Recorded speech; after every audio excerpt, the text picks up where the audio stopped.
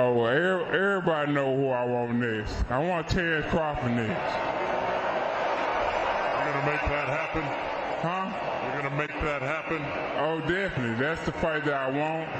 That's the fight everybody else want. Like I said, I'm going to get these straps that I'm going to go over there and take his shit too. All right. Errol, congratulations. Terrific fight this evening. Thank you, man. Down. Strap season. Y'all know what time it is, baby. Terrence, I'm coming for that motherfucking belt. All right.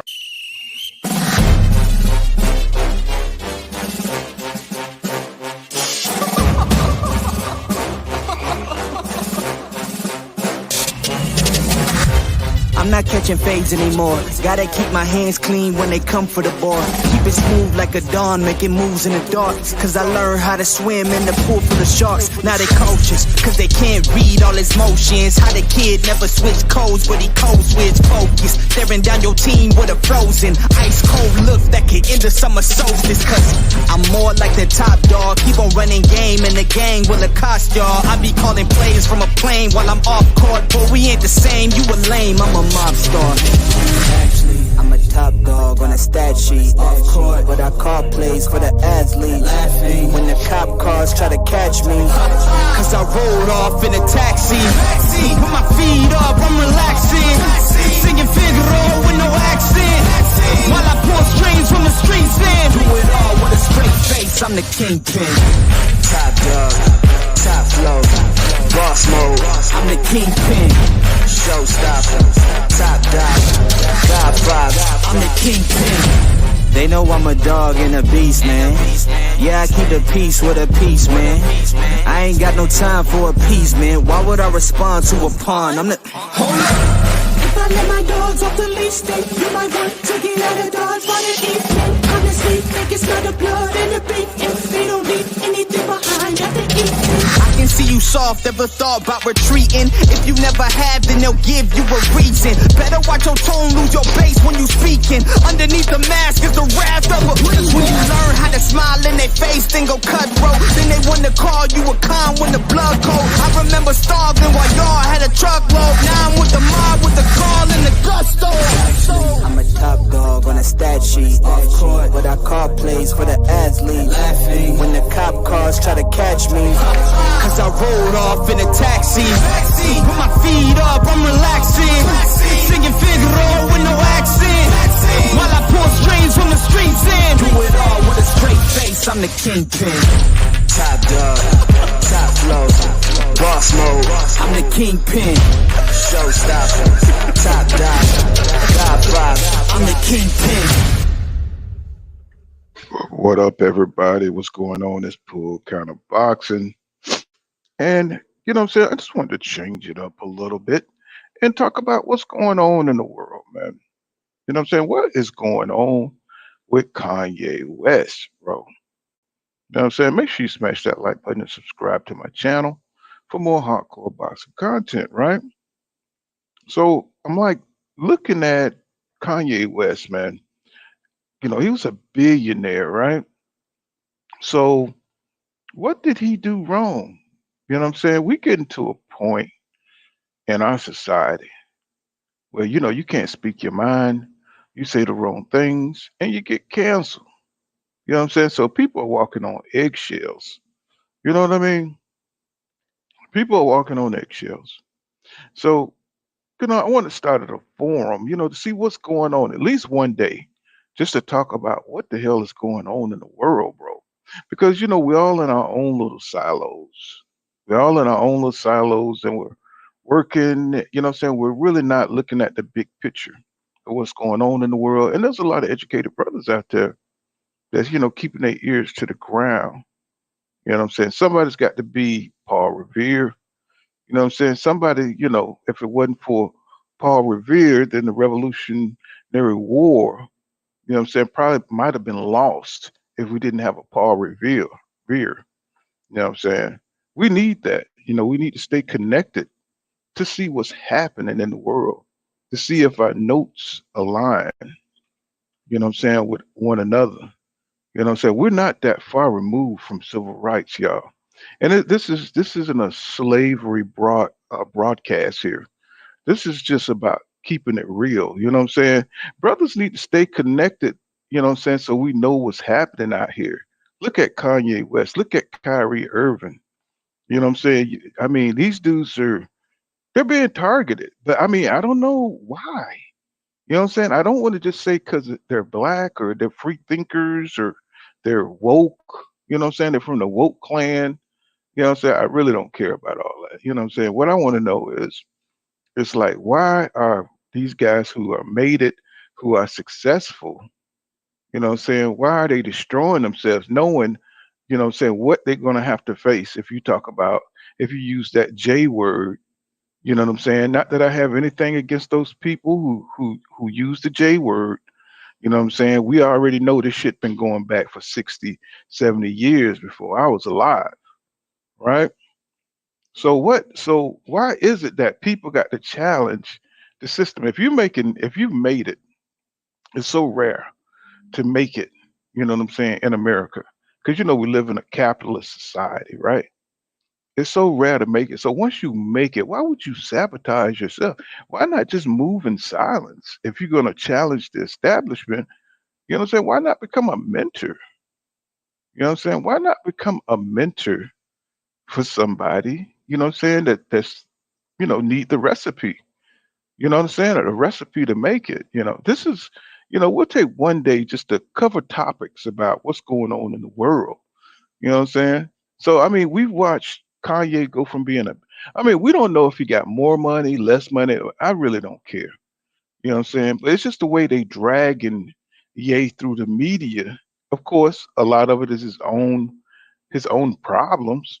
You know, he say a lot of stupid shit. Let's just keep it real. We're just gonna keep it 100. You know what I'm saying? Ye say some crazy shit for attention, and you don't know what to believe. Like, if you cry wolf enough, people gonna stop listening to you, man. If you don't keep it 100. When he said, black slavery was a, what I'm saying, like what he said slavery was a choice, right? You can't just be saying shit like that. You know what I'm saying? Because people take that shit seriously. Some folks can let it roll off their back, but some people take them woke folks, they take that shit seriously. You can't just say what you want to say nowadays, you know what I'm saying? Because you see what they doing to Ye. You see what they doing to Kyrie Irving. You know what I'm saying? I just wanted to say, we could talk boxing all the time. We're gonna talk boxing 247, but sometimes, we need to talk about what's going on in the world and help me understand it, you know what I'm saying? Because I'm in my own little silo trying to make it, you know what I'm saying, make my money. You know what I'm saying? But I look at how the women are acting. You know what I'm saying? I'm looking at how feminism has put these women brains in backwards. You know what I'm saying? I'm like, I've never encountered. Now, I'm aware of the influence of it, but to see the results that's happening nowadays, the way they're pushing, saying women to be by themselves and shit. See, what women don't understand is that men was born to adapt. So this is what we do. So we don't give a fuck how the world moves. We're just gonna fall in it like a goddamn special forces, you know, soldier, and we're gonna adapt. You know what I'm saying? We're not gonna question the environment. You know what I'm saying? We're just gonna adapt. You know what I'm saying? We know it's unfair. We know our dads taught us, you know what I'm saying, that the world is unfair. But we go out there and we do what we gotta do. You know what I'm saying? But women don't do that. They go out there and want to be in control. You know what I'm saying? They want everything handed to them. Then they want to tell you ain't shit. You know what I'm saying? I've experienced it. You know what I'm saying? Married for 25 years. You know what I'm saying? Held it down for 25 years. But then, you know what I'm saying? Once one recession comes in for a man, then he ain't shit. You know what I'm saying? Then he ain't, you provided for your kids for 25 years.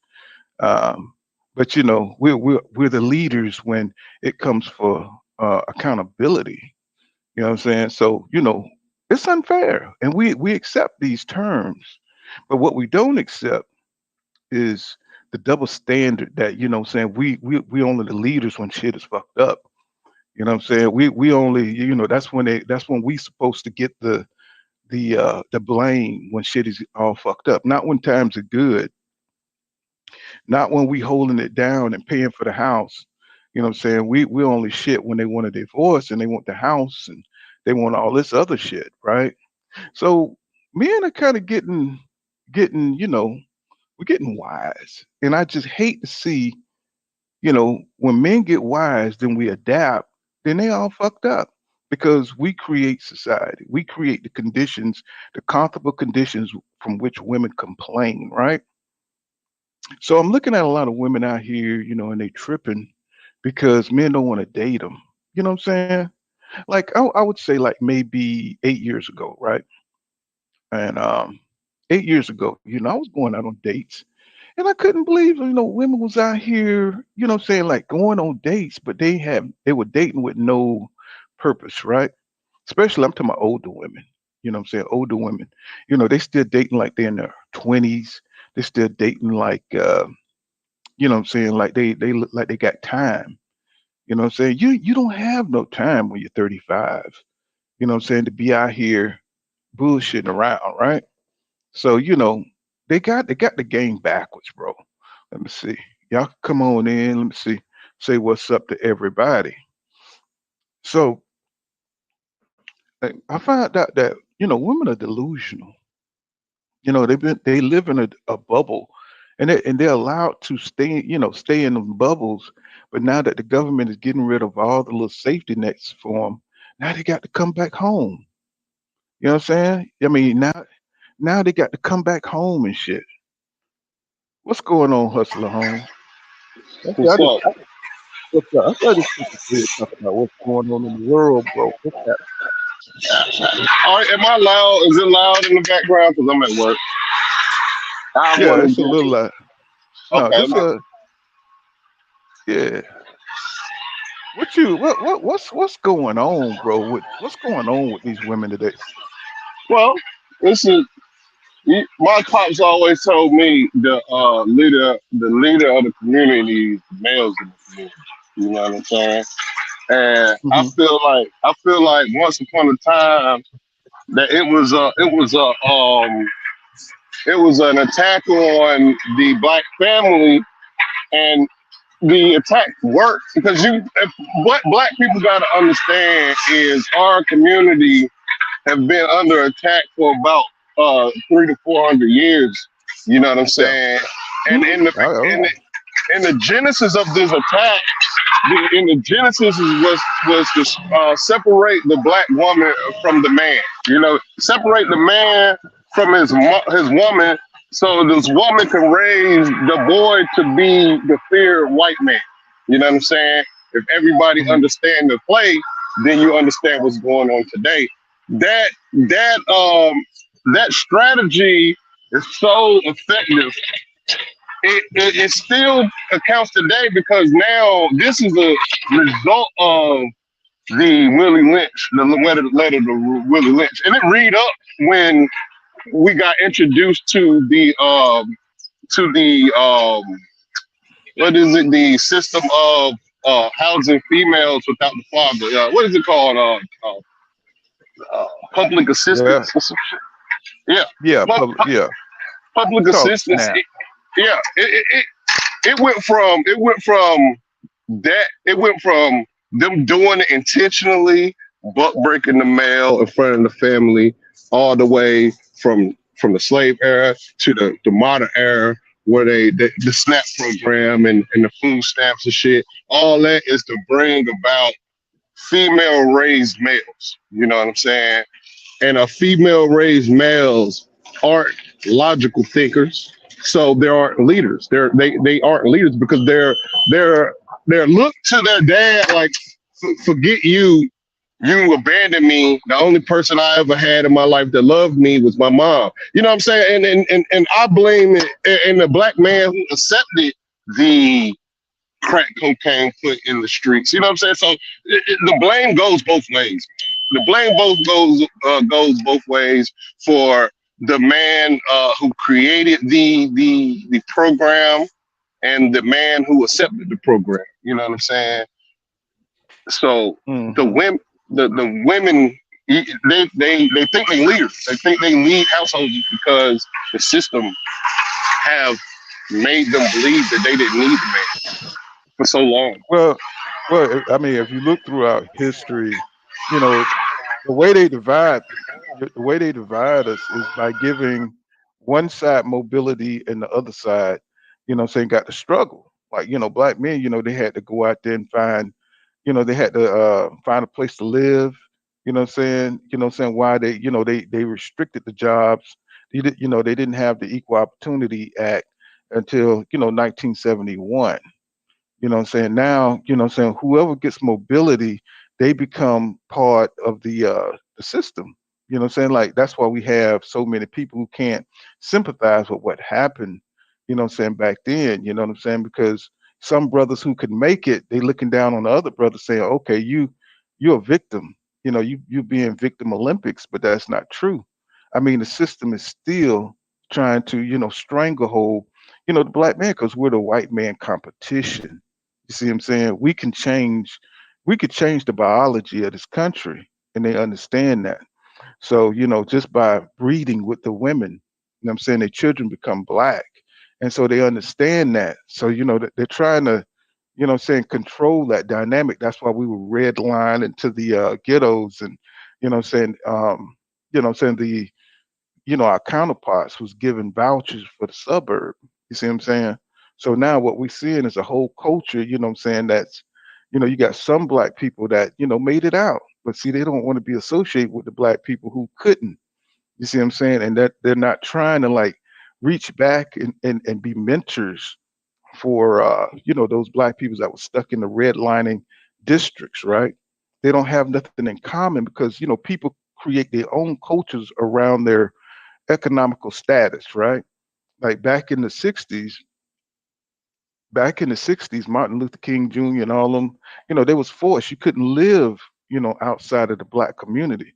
What I'm saying? It wasn't until, saying they passed a few civil rights acts that, you could go live in white neighborhoods and things like that. So we was forced, our doctors were forced to live up under us. The brightest, was forced to live together, right? So what I'm saying?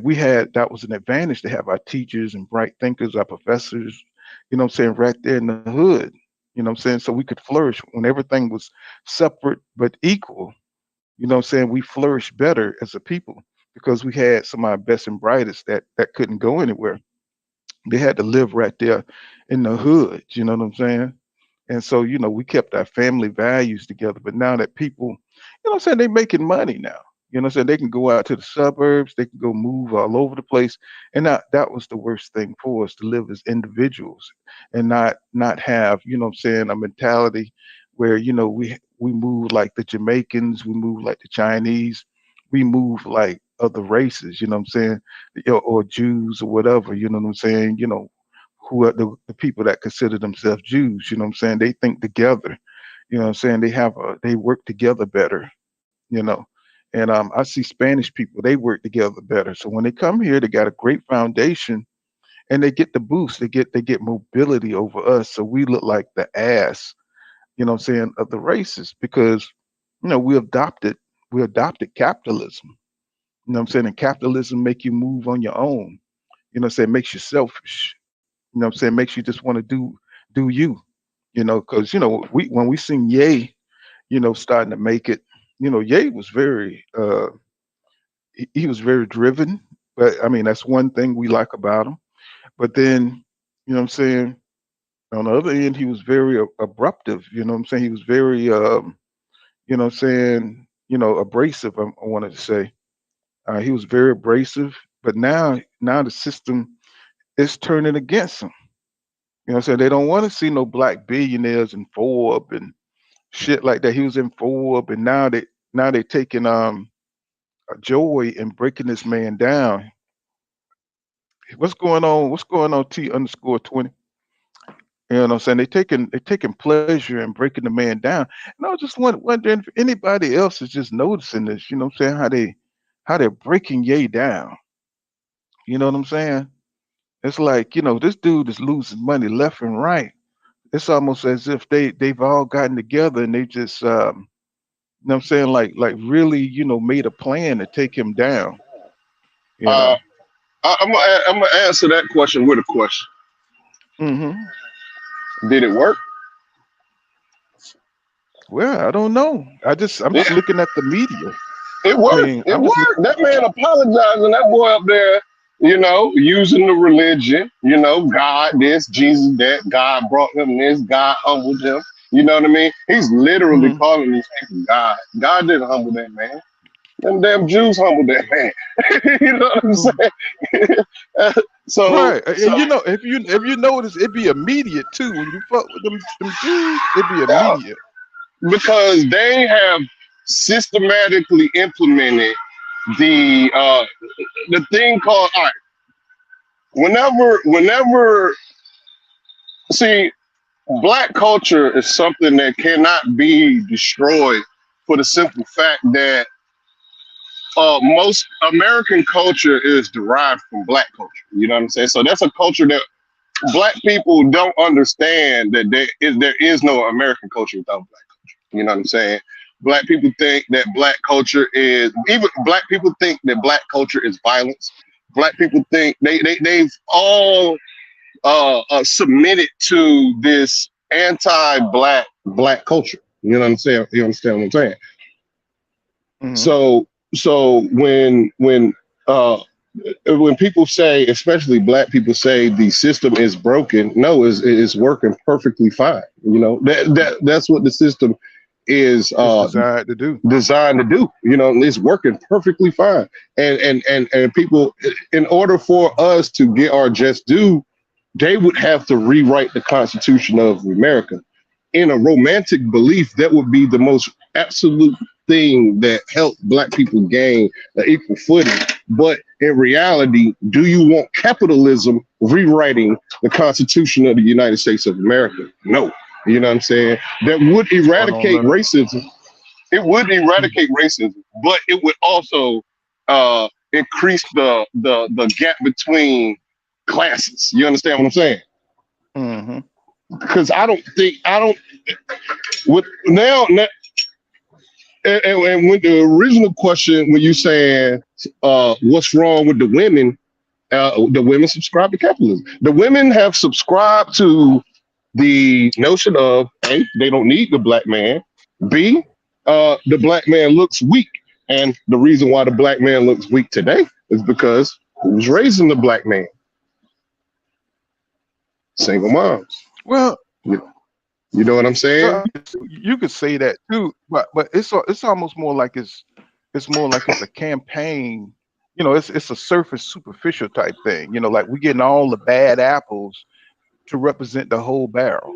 You see what I'm saying? Because They're that's not talking about the. Let me yeah, get that's it in. because the system is actually working.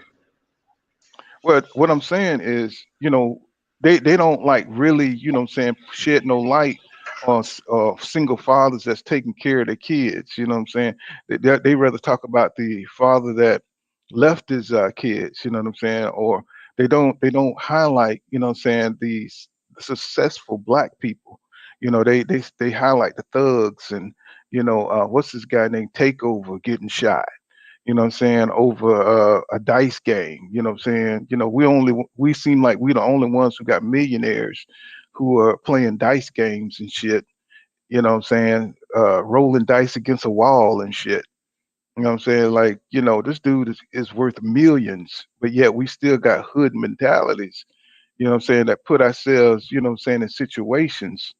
Um, so when I see a young man like I mean, I don't think Kanye that young anymore, and I see Kyrie, what I'm saying, they've made it cross that threshold of success. What I'm saying? I know people thinking that they're keeping it real, what I'm saying, but you could keep it real, keep your money and move in silence, you know what I'm saying? Because you're not really, I mean, how much are you gonna move the needle, what I'm saying, by standing up to institutions that you forged these relationships with, right?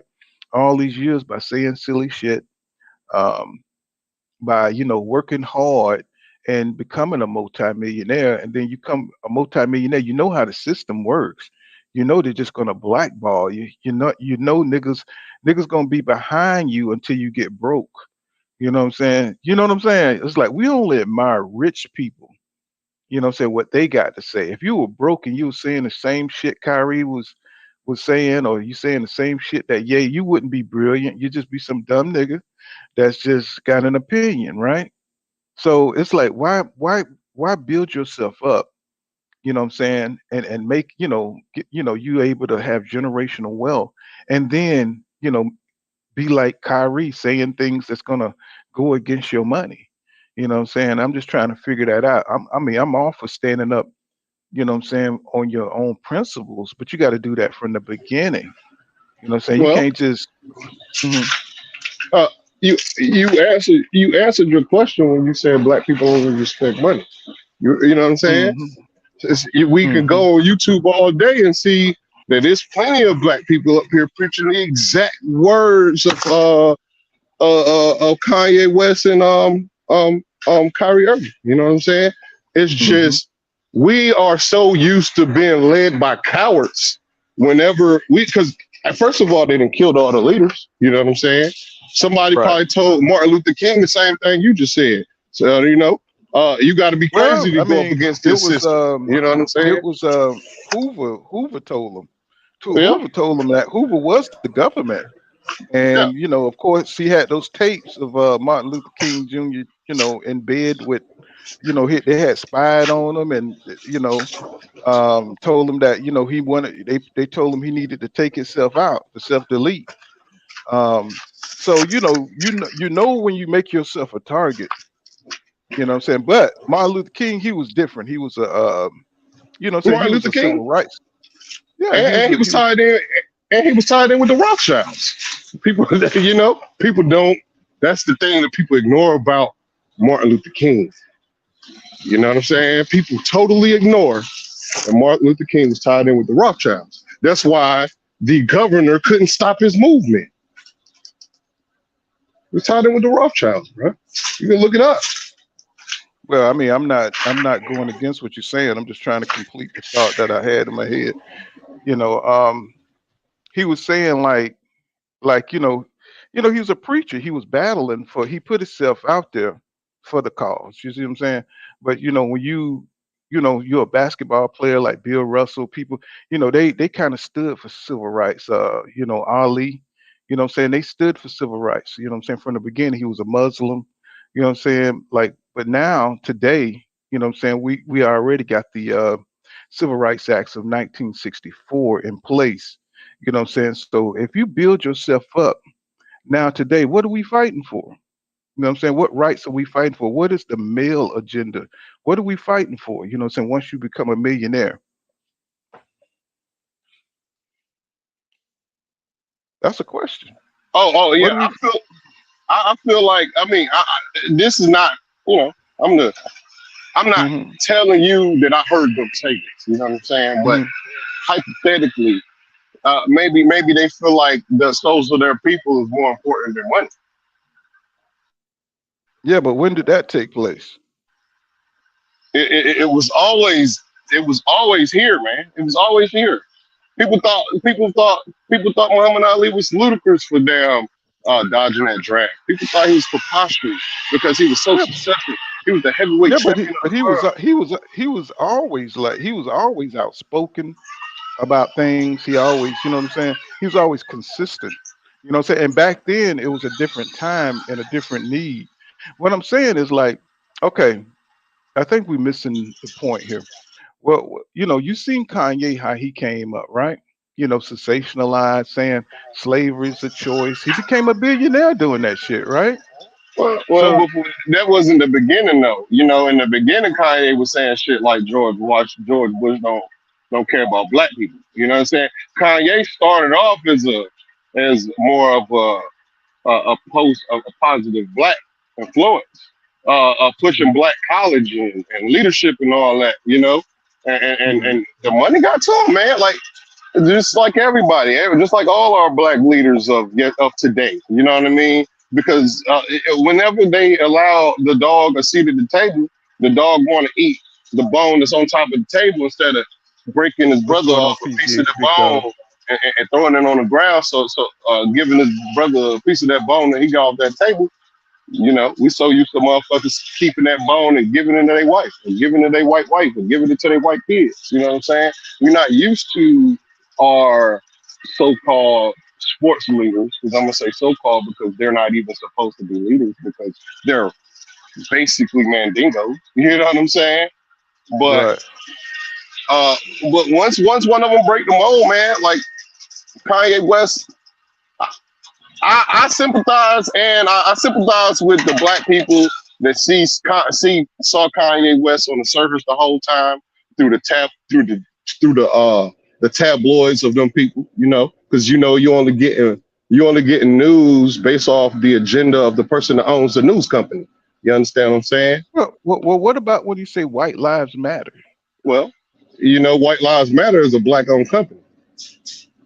No, I'm just That's White Lives I Matter don't care about. I mean is the message. What oh about yeah, the yeah. message? The message is fucked up. You know what I'm saying? The That's message what I'm is saying. yeah, See, yeah, yeah, that's what keep black people in a trick bag. Why not yeah. keep a consistent stance instead of having, you going back and forth with the bullshit? Or is it supposed to be so deep that we got to figure it out? You see what I'm saying? It's like, explain yourself. You know what I'm saying? Don't be out here talking about what Candace Owens and hugging Trump one day and then you on the other side. You know what I'm saying? You talk about how beautiful Beyonce is, and then you just everywhere, bro. Are you just a shock jock? Or what I'm saying, you just don't know where to stand with these young folks today. Look like they don't even know where they're going. Well, they You can't know what stand I'm on nothing because they are feminine raised males. They cannot saying? stand on nothing because they're feminine raised males. They're very emotional as dudes that has testosterone. It's basically a woman in a man's body. You know what I'm saying? Like a person that there's no logic to their thinking. Like Mm-hmm. he'll I be agree with that. he'll be positive one day. He'll be a genius. He'll be a musical genius the other, and then he'll turn Mm-hmm. right back around and stab you in your neck. You know what I'm saying? Mm-hmm. That- Exactly. But it all goes back to the letter to Willie Lynch. Make these boys raised by a woman to fear this man. You know, I feel like Kanye West is on the fence because he know better. You know what I'm saying? But Right. at the same time, he value money. You know what I'm saying? Yeah. He value white approval. You know what I'm saying? You Right. cannot value white approval and be pro-black at the same time. It cannot Yeah. happen. Man, that's deep. Say that again. You cannot value white approval and be pro-black at the same time. That's it. You know what I'm saying? We got to have more, saying confidence in ourselves, and we got to have our own mentors, bro. And I mean solid mentors, you know what I'm saying, to reach back to help our young folks, what I'm saying, to have confidence that they don't have to, be rappers. They could be more than, what I'm saying, just celebrities and shit, because, you know, only a small percentage of us gonna be celebrities or make it in the NBA or what I'm saying, to be the top 1%. What I'm saying? Somebody got to be out here, what I'm saying, working, what I'm saying, making 200,000, making 60, 50,000. We got to have workers out here, but the way the society, capitalism and the media is making it look that you got to be top of the 1-2% or you ain't shit. You know what I'm saying? It's like they're killing the middle class right now. The middle class ain't getting no love right now. And it's just kind of crazy to me that we all have this kind of mentality, get money, what I'm saying, or you ain't shit. What I'm saying? Men have been working hard all their lives, making a great living. What I'm saying? Now the housing is going up to stupid levels.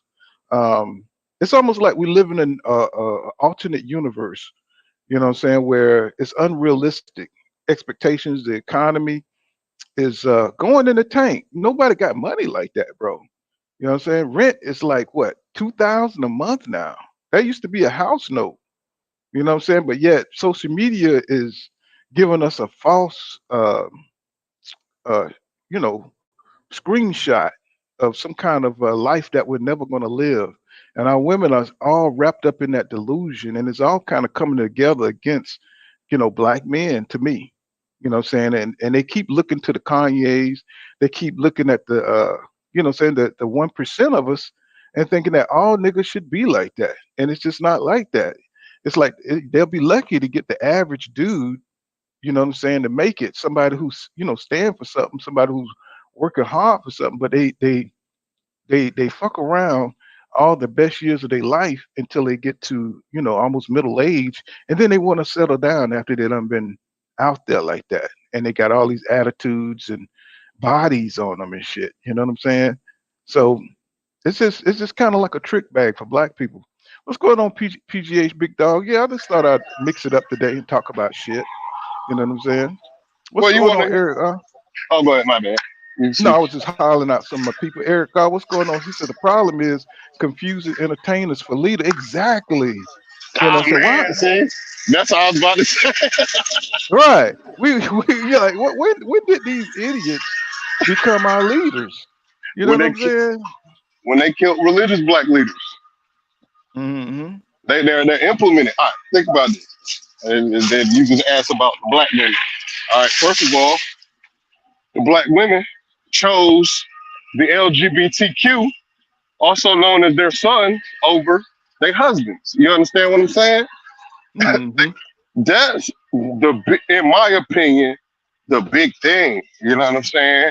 And as much as I hate to say it, the face of the conditioning of women to equate themselves to the LGBTQ, especially black women, was the face of Barack Obama.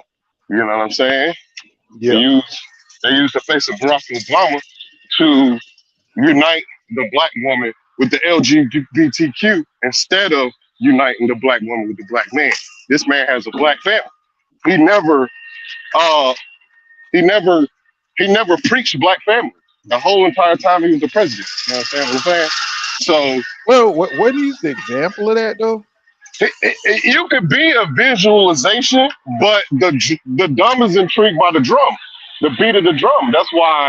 You know, that's why the presidential election is this grandiose thing versus your senatorial election, which ain't nothing. It's a ticker across the TV. You understand what I'm saying? Is that's why they attack the black community with music, because we're spiritual beings. We're not visual beings. We are people that are connected to the spirit of the earth through music, song, storytelling. That's why the best storytellers are rappers or soothsayers. You understand what I'm saying? That's why they Yeah. thought it was important to attack the music and not the quote Right. unquote movie culture. You know what I'm saying? That's why you don't have a Spike Oh, Lee they're today. attacking that too now. You see Well, that. The Woman but King, uh-huh. Wakanda's now all about hoes and shit now. So now you see the correlation between the LGBTQ and the black woman. Mm-hmm. I You know what I'm mean, saying? they got T'Challa right up out that motherfucker. That Uh-huh. you know what I'm saying? He was doing too much. You Yeah, know what I'm saying? yeah. That nigga was whipping motherfuckers' asses. Like, no, we can't have niggas being represented. Blade, they got rid of Blade. So, Mm-hmm. dark skinned niggas like myself came up. You know what I'm saying? It's like now it's the Woman King, it's the females that's representing our community. And You know what I'm saying? these people put, instead of finding a new Black Panther like they gonna do with Iron Man and what's that man name? Captain America, which are males. They want the Hmm. black hero to be a woman. Right. They like, who represent the black male now? Fucking Saucy Santana. That's Yeah, I that's was who about to say the that's same thing. that's I'm who gonna say, they're trying to put Saucy Santana on our face. You know what I'm saying? Like they're trying to feminize black masculinity, and the shit is just crazy how well, overt it is. that's because the black woman participates in it. If the black, because we're not participating in that shit. You know, Hell no. but they are. They cheering him on. He on stage with Meg Thee Stallion. He's on stage with, you know what I mean, Cardi B, who represents Afro Latino. You know what I'm saying? Mm-hmm. So I mean, like, it's just the acceptance of it through woman empowerment, which I'm not an anti-woman or nothing. I embrace the fact that women are. I know men got a fucking attack against women. Like, the shit is actually going on. I think that shit's crazy as fuck. But I think vice versa too, though. You know what I'm saying? I be seeing YouTube channels where men are uniting against women, where all they do is sit on YouTube is just some single ass dude all on YouTube telling you how you don't need to fucking uh be with these kind of women and shit like that. You know what I'm saying? Straight slandering women. You know, only black women. They ain't slandering no non-black women. You know what I'm saying? They only slandering black women, and but they Well, think you they well, helping. well you could well I think that men congregating is a fear. I mean, I think men do need to get together and share ideas, no matter, um, you know what I'm saying? Because men straighten we check each other. Yeah, You see what I'm saying? See, so no matter what space it is, you're gonna get challenged. You know what I'm saying? Your ideas are gonna get challenged where men meet. So no matter what they talking about, saying it's gonna get straightened out because men, we don't just follow. Some men do, but I was most about to men say don't. that's kind of crazy. Terrence Crawford fans prove to me that a motherfucker just follow without no facts, without nothing. You know what I'm saying? Yeah, well, some of that shit is just willful ignorance. If you don't, you already know. Once a motherfucker don't like you, you can't change his mind. You know what I'm Preach. saying? It just is what it is. You know what I'm saying? They don't give a fuck if it's wrong. Just like they got the sisterhood who back women, believe women at all costs. You ain't gonna Mhm. change those chicks' minds. Nah, You know what I'm saying? They're all about the war. You know yeah, what I'm saying? It ain't all about the message and the truth. They're trying to yeah. bury the truth It's about to the get. battle. It's about the agenda, Yeah. right? So same with Crawford fans. It's about the agenda, putting him over Spence, right? So they don't care about the truth. They just care about the agenda. You know what I'm saying? Eric Goss says, he said their craft to, I'm going to just mute you. He said their craft to entertain. He said they entertain you into thinking they are for you and entertaining their masters for the bag. Right. And PGH Big Dog, my brother, he says Malcolm told us entertainers and athletes can never be leaders. He said they are all compromised. Isn't that the truth? See, isn't that why people are upset with a blue blood right there? Because he became something more than just YouTuber. You know what I'm saying? Because he came to us. People always looking for the contradiction. You know what I'm saying? And once start chasing money, you're gonna get compromised at some point in time in your life. You know what I'm saying? And I think that's why Blue Blood is, getting all this backlash. Eric Ross says forked tongue belongs to the serpent. Right. He says T_20 says Kanye holding a mirror to blacks to show how hypocritical we can be. Yeah. He said he wears white lies. He said where white lives matter, and he front news. He said his baby mama keep his kids away from him and no one cares. You know, and I can understand that.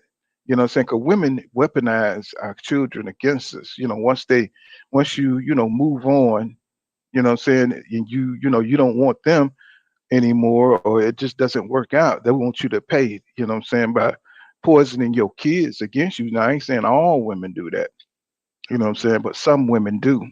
And it's very effective because those kids are your legacy, and they raise them to hate you.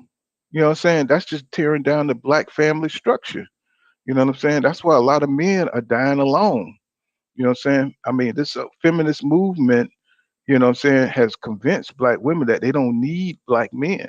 That's why you have a lot of married women who are divorcing. They're in stable, committed families, but they want to be for the streets. They want to go out there and they want to get, the experience of different men like they did in their early 20s. And this climate got 50-year-old women, 40-year-old women thinking they still can go out there and pull what they used to pull in their 20s. And this shit is just crazy, bro. How delusional this world has gotten, bro. You old.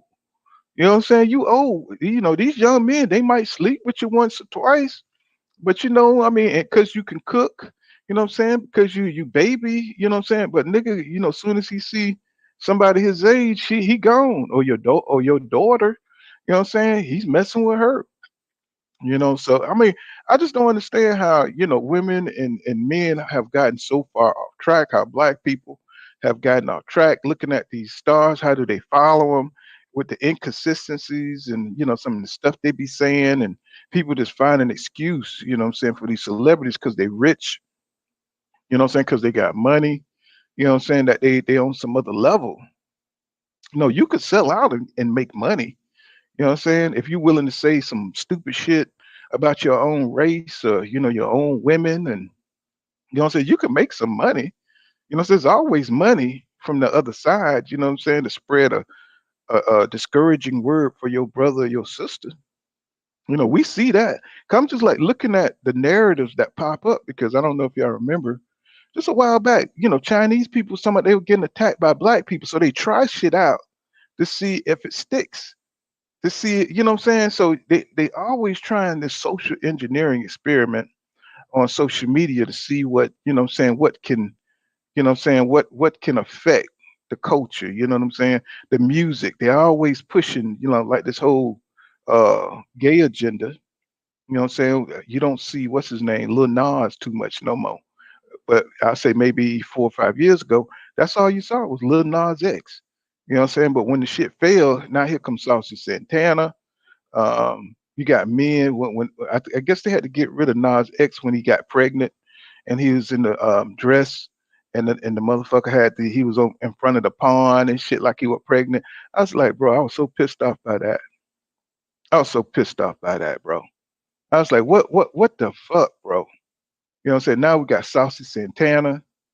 You know what I'm saying? It's like they're just gonna keep pushing this shit and piss us off. You know what I'm saying? What can we do about this shit, bro? You know what I'm saying? Ben Media says Kanye has enough money to fight for visitation for his children. So he needs to stop complaining and fight for his right to see his kids if he really want to, or is he just going to use this for publicity? You know what I'm saying? Or is he just going to use this to sell more albums or sell more them ugly ass sneakers? You know what I'm saying? I agree with that.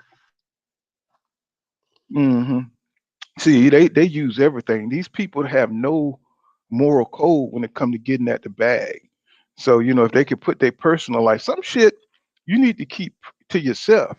Back in the days when you see celebrities, they wasn't about putting all their personal shit out there. Now you might see a celebrity sitting shitting on the toilet stool and talking about, what I'm saying, the latest, say album coming out. This shit is crazy. I'm just like looking at this. It's like, man, there's no boundaries no more. Everything could be used. You know what I'm saying? Reality TV has and social media, I think, has opened up a Pandora's box.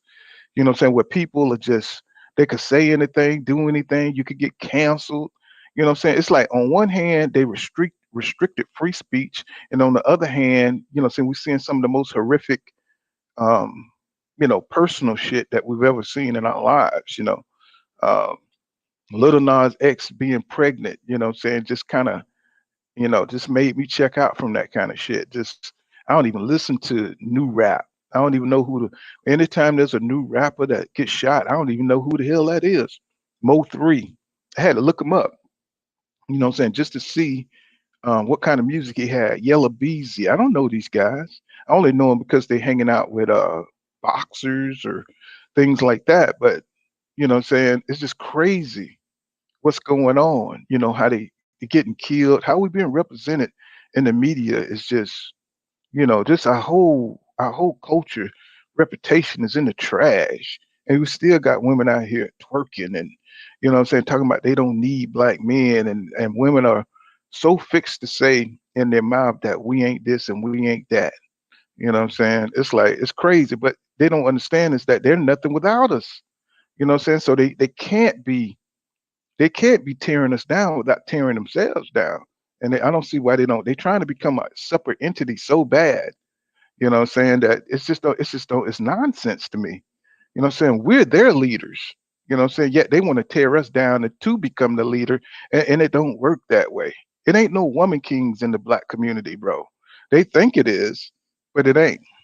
He said, what they should have done, Eric Ross says, what they should have done is turn Killmonger into the new, yeah, and made it a redemption story. But that would be too powerful, and they wouldn't do that. Exactly. They don't want no strong black male leader models. You see what I'm saying? Everything's we got to be the fucking Saucy Santanas. You know what I'm saying? We got to be the Little Nas X's because we're white men. Let's just be competition. Go ahead, bro. Well, think about it like this, though. All right. Um, Ever so often we'll get a Blade. Ever so often we'll get a Black Panther, and then they shut it down. Um, Hmm. why do you think that is? What I just said. I said they do not want black men.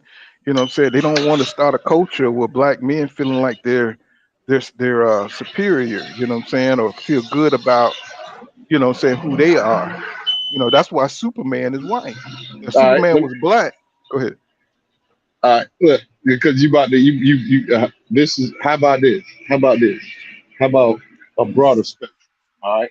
How about these are litmus tests to see how powerful the black dollar or the black spending dollar is. Like Black Panther was a litmus test. You know what I'm saying?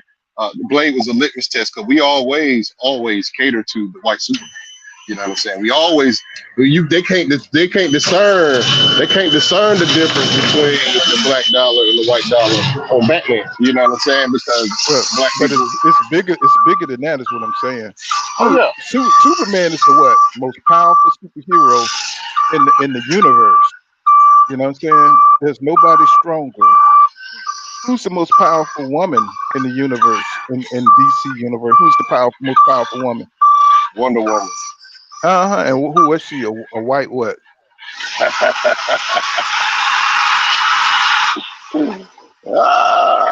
So the Yeah. two most powerful motherfuckers, you know what I'm saying, in the comic books is Superman and Wonder Woman, a white male with dark hair, tall, strong, and a white woman. You know what I'm saying? Tall, strong, Amazonian. You know what I'm saying? They done pumped up her powers. You know what I'm saying? Where she's second to Superman. You know, they trying to put her over Superman, really. You know what I'm saying? Making her the daughter of Zeus. You know what I'm saying? Now she can clap her braces and the whole nuclear explosion happens. And you know what I'm saying? So these are things that put ideas, you know what I'm saying, out there for us to, to chew on, you know what I'm saying, to influence the culture. You know what I'm saying? Yeah, if you really start thinking about it, you say, yeah, Superman is the most powerful white man in the world. Yeah. Yeah. Wonder Woman is the most powerful white girl, but then when they give us our superheroes, you know what I'm saying? Motherfucker got weak ass powers. You know what I'm saying? Motherfucker can't even fly. You know what I'm saying? We got You got Power Luke Man. Cage. He got Right. all the powers of Superman, except he can't fly. He ain't got ice. He got Oh, he big ain't as ass strong as he can weaknesses. lift a car. He may be able to lift a dump truck, but that's about it. He gonna be limited. So they got the hope. That motherfucker, the madder he get, the more he smash. You know what I'm saying? Our superhero got lame ass powers. You know what I'm saying? He a vampire and shit. He could come out during the day. That's cool. You know what I'm saying? But he ain't no damn Superman. You know what I'm saying? Now they do got a dude called Blue Marvel. You know what I'm saying? They got a dude that, but he ain't catch on yet to a lot of motherfuckers. He got a dude named Blue Marvel. That motherfucker stupid powerful. Um, you know what I'm saying? The new So Green Lantern is a black dude too. yeah, you know what I'm saying? But Superman come and dust his ass off any day. You know what I'm saying? Superman got that universe under Yeah, control. yeah, hell yeah. They made his ring weaker than Hal Jordan because Hal Jordan, Oh the yeah, he was original that Green nigga. Lantern, was just as powerful as Superman. Right, right. You know what I'm saying? But he also what? Mm-hmm. The jet pilot. That nigga was Top Gun. That nigga's a genius. Every white guy's a genius scientist and shit. Even Spider-Man. How the fuck you gonna be a damn a genius scientist who create all this shit, but you a po ass part-time reporter, freelance reporter. The shit is bullshit. You know what I'm saying? All these motherfuckers are brilliant. You know what I'm saying? Let me see. Let me read some of these comments by some of my folks. He said, I seen a clip that was so funny, but so true. He said, I think it was Chris Rock. He said a woman will steal your man, but a man will sleep with you with your woman, but he's gonna give her back. Yeah, no doubt. Women are expensive, bro. A motherfucker don't think, a woman, if you could hit it, if you could hit it and quit it, then you'll be successful. But see, the problem with niggas is they want to keep going back. So let's say you catch you a baddie out there, and I've done it. You go out there and you catch you a baddie. Like when I was in Atlanta and I was a young man, it was just so many women. And you catch you a baddie, what I'm saying? You got to remember, you can't women want your time once they catch feelings. And the problem with brothers is they keep trying to hold on to that side piece and they keep going back. And then all of a sudden you got another relationship outside of what you got going on in the house. And so a lot of brothers get caught up because the little side chick be so bad or whatever, and they be trying to keep it cuffed. You can't keep that cuff on the outside. And that's what causes a lot of these love triangles. You know what I'm saying? A lot of dudes, they just can't let that little side piece go because, it's a stress reliever from reality. You know what I'm saying? And you keep going back and that little side piece may be doing things that you want done, and it's like you ain't got the same worries until you get into a relationship with that side piece, and then she start wanting the same thing that the main chick want, and that's the problem. You can't keep cuffing, what I'm saying, these side pieces, bro. You got to let them go. You know what I'm saying? That's my advice to you young folks. Don't be trying to cuff these little side pieces, bro. You know what I'm Hey saying? You man, can't. you preaching the pimping up here, ain't you? I told this dude at my job yesterday, he spent too much goddamn, he's pay too much attention to his side job. I told him Hmm. yesterday. Like, damn, you texting her all day? No, this your second job? Like, that's kind of crazy. You text her more than you text your girl. Hmm. Yeah, because that's the fun. That's the fun side. You know what I'm saying? You ain't got to worry about the bills and the rent. You ain't got to have those discussions. All you have to do is go over there and have fun. You know what I'm saying? But that's like a alternate reality. You know what I'm saying? You just go over there, you take a 8 piece of crow, go over that motherfucker, and you tear the club up and you out. You know what I'm saying? But then you have to come back home and gotta face reality. You know what I'm saying? That's not fun. Especially, if y'all going through hard times, you know. And so I got a lot of these guys, they be trying to wonder what the side chick doing. Once she finds somebody, now you all fucked up. You know what I'm saying? You all fucked up on the inside. You trying to keep up with her. You know what I'm saying? What you doing? You know what I'm saying? And she gone out with some other dude that's, what I'm saying, and that's driving you crazy and shit. And you see a lot of that shit in Atlanta and all over the place, trying to cuff the side chick, man. So we got to cut that out, bro. Yeah, I had a rule back in the day, long, long, long, long time ago. You know what I'm saying? I, I used to, hey, hit them twice, let them go. That's that'll save you.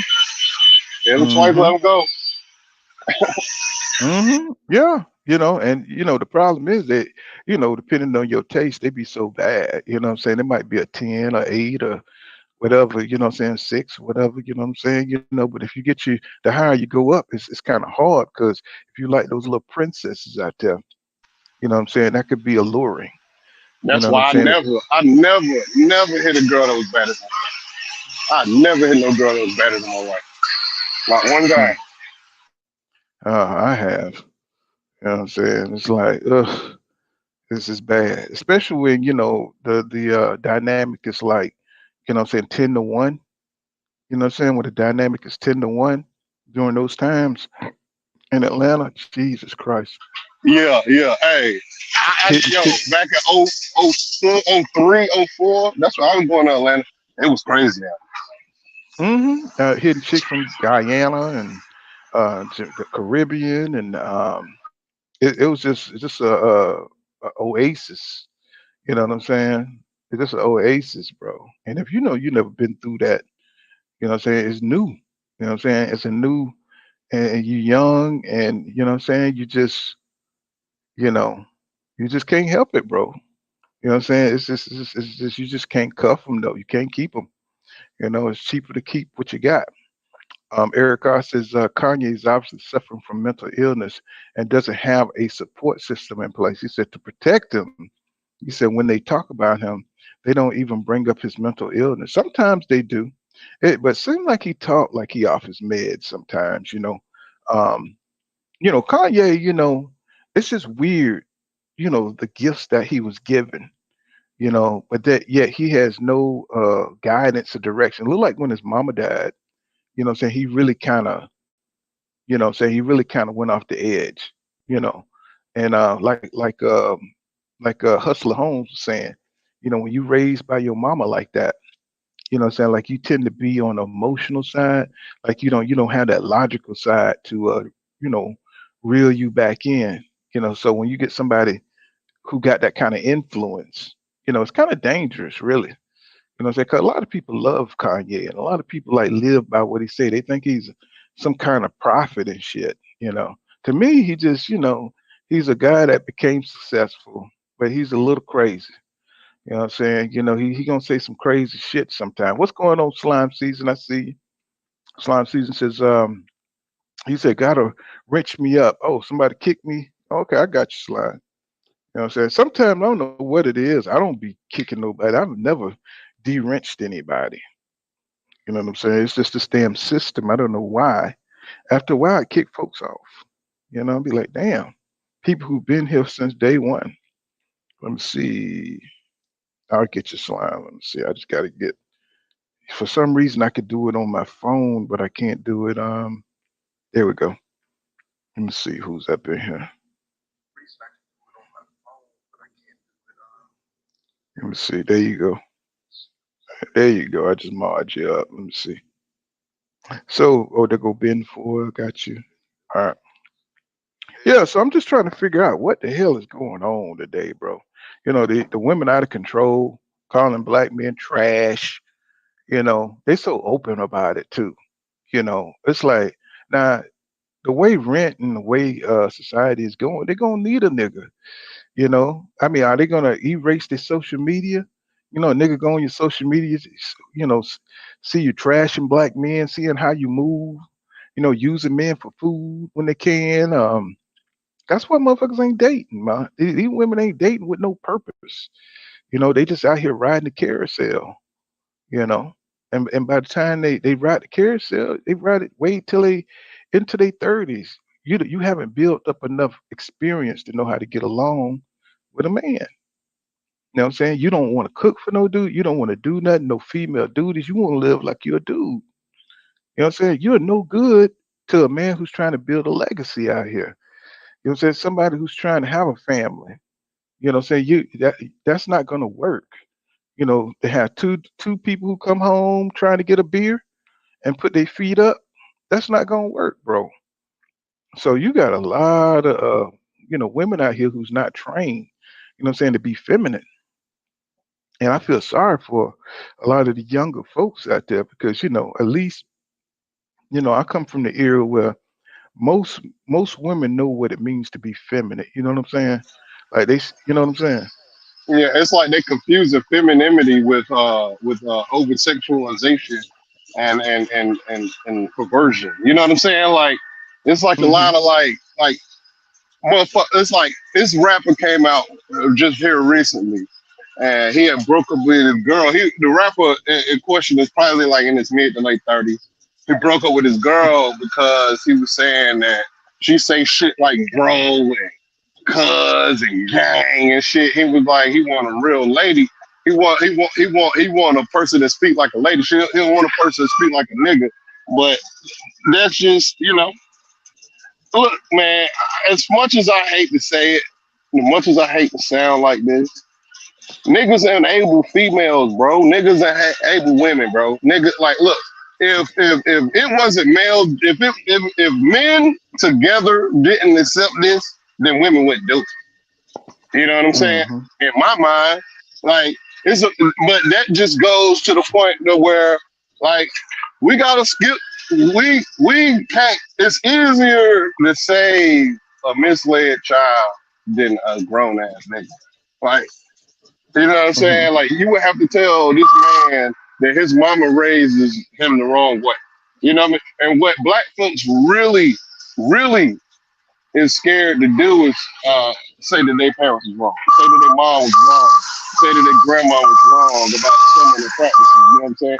That's what that's what Hmm. that's what it really boiled down to is the black man is so devalued by his own. You know what I mean? Because Mm-hmm. you gotta expect Asian men and white men to totally disregard the black man. Because we can take their whole community with one drop of our blood. One drop of blood could destroy. You know what I'm saying? Could Mm-hmm. build, could bring them back home. But that's accepted. The enemy's hate is accepted. But what's not accepted is the hate from your brother. You know what I'm saying? And now, whenever I'm gonna tell you what the internet did to me in my mind. In my Mm-hmm. mind, the internet proved to the world that knowledge is not power. Mm-hmm. Money is power. Because back in the day, the know, you could sell what you know. You know what I mean? Mm-hmm. Now you can sell what you can get people to believe. It don't Right. matter what you know. You know what I'm saying? It don't matter whether you spitting or facts and shit. It don't matter where a person like Kanye say that he agreed with. Why black people getting mad at Kanye for saying that he agreed with some of Hitler's ideology? Why would that make a black person mad? You know what I'm saying? Hitler ain't do nothing about black people. You feel me? Hitler was trying to Well, I think Hitler he's was trying talking to about eradicate the false it, Jews. Hitler was trying to it's eradicate the false Jews. this is the idea of nationalism in itself and dictatorship. I think he's, what I'm saying, is the reprehensive part. So anybody could take one aspect of something and focus on that, but you got to look at the overall shit that he did. You see what Yeah, I'm but who saying? says a dictatorship is a bad thing? A di- I a di- mean, a di- yeah, wait a minute. hold on now, hold Wait a on. minute. Who said? Think about it though. A dictatorship is only a bad thing when democracy is set.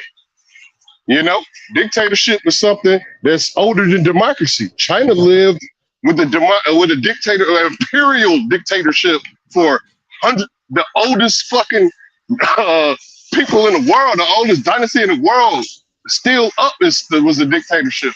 You know what I'm saying? So who are we to say the dictatorships are bad? Well, I mean, we can also point to dictatorships where them shit people got annihilated up Hmm. under dictatorships. And you Not can you don't see also, that. You don't see you, that. You don't see that under democracy, my yeah, brother. you see a genocide of black people under democracy. You see the systematic racism under democracy. I You know what I'm mean, saying? you seen Wakanda, right? Yeah, I I see mean, what I mean, comes. I'm just saying you can't really make an argument for dictatorship, bro. You You can really make an can't. argument with dictatorship. You don't see not, Okay. bro. Democracy is something that's implemented to help who? To help the elite class, the leaders, I guess. Well, is that still not? It's not a dictatorship. It's an oligarchy, which is a dictatorship's brother. It's literally a stepbrother. Instead of ruled by one, you're ruled by 10. Right. You know what I'm saying? And it's still not the people. You know what I'm saying? It's still the elite. The Let me get dictatorship this call. is the elite one with a group of people helping them versus a group of 10. No, I can't. I don't know about that one, bro. The democracy. You know what I'm saying? You know what I'm saying? Because you have to depend on if the leadership. The king is going to be a good king. Then you got to worry about the next king. You know what I'm saying? I don't know about that. You know what I'm saying?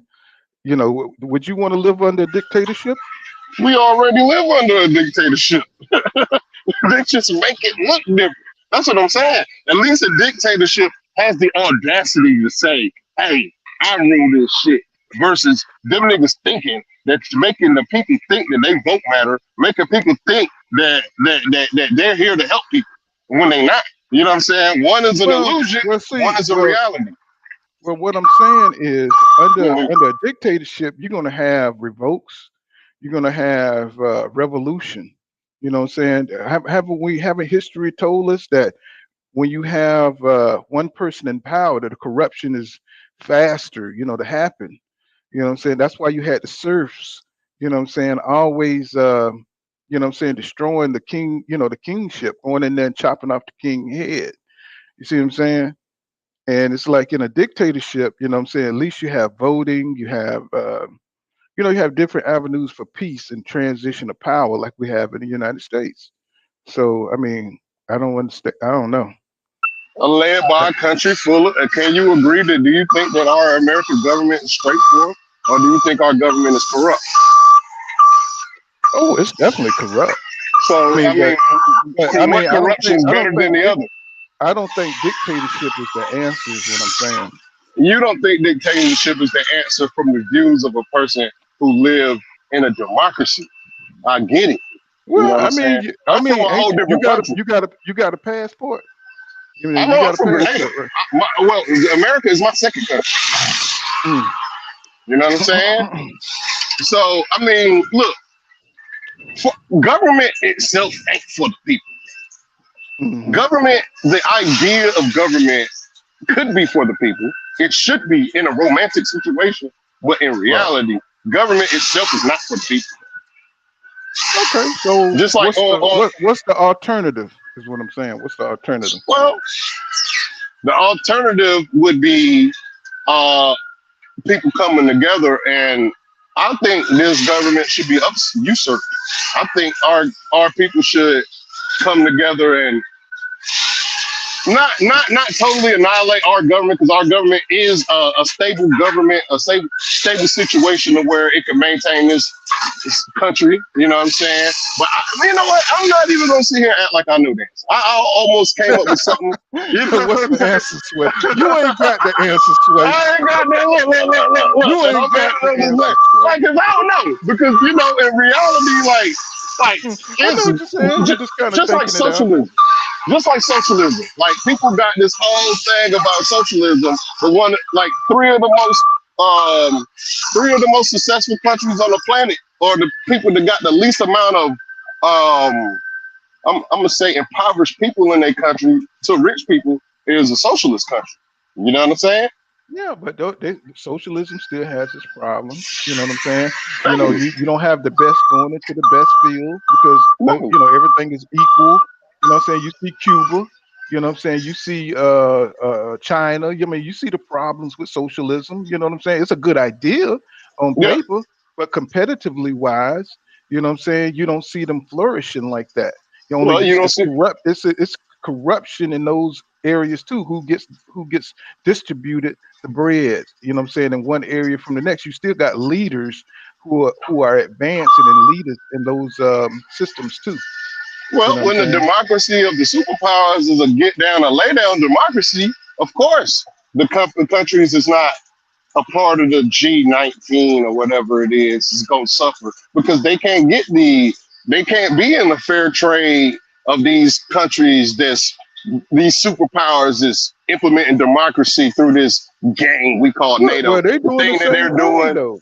But they doing the same thing. Russia and America, they were going all over trying to implement communism on one side and you know what I'm saying, and democracy on the other. So government. Well, so how can you call government? How can you call one evil though, and not call the other one evil when they doing the same shit? Well, it's a point of view. It's depending on your point of view. Don't you see motherfuckers from Cuba hitting that goddamn raft, getting the fuck on over here? Man, hey nigga, hey look, you speaking to the choir now. I just got in an argument with a nigga from Mexico talking about Africa. I like, okay, let's say Africa is the most fucked up country in America. I mean, in the world. Nigga said Africa was the most fucked up continent in the world. And I'm like, nigga, ain't you from Mexico? You know what I'm saying? Like, nigga, the mass genesis from Mexico shows me that Mexicans ain't treating Mexicans so well in Mexico. Right. You know what I'm saying? Yeah, you drink one glass of water from the real water of Mexico, your ass is dead as hell. I just thought I'd throw that in there. Yeah. You know what I'm saying? They drinking bottled water down there. You know what I'm saying? So they're not fully developed like that. You know what I'm saying? Shit, people say the same thing about Detroit and it's good democracy of America. Well, I mean, you can't say that about all of America, though. I get that. I get that. What you mean you did that? Saying about all America? I said I get that. I'm sorry, the wind blowing. Oh yeah. Yeah, but hell, America is one place now. One place divvied up. There shouldn't be a place in America that Americans can't drink drinking water. It shouldn't be like Well, that. well, let's just say human nature. You know what I'm saying? In all aspects of government, you know what I'm saying? It's human nature, you know what I'm saying, for corruption to grow. Anywhere that there's, power to be gained or power to be had, people are going to take advantage and abuse power. So we can't really focus on that because that's human nature. You can't control human nature. You know what I'm saying?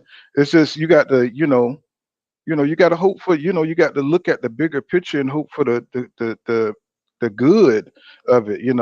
Our government is corrupt, but it's the only government that we have. So we can't really.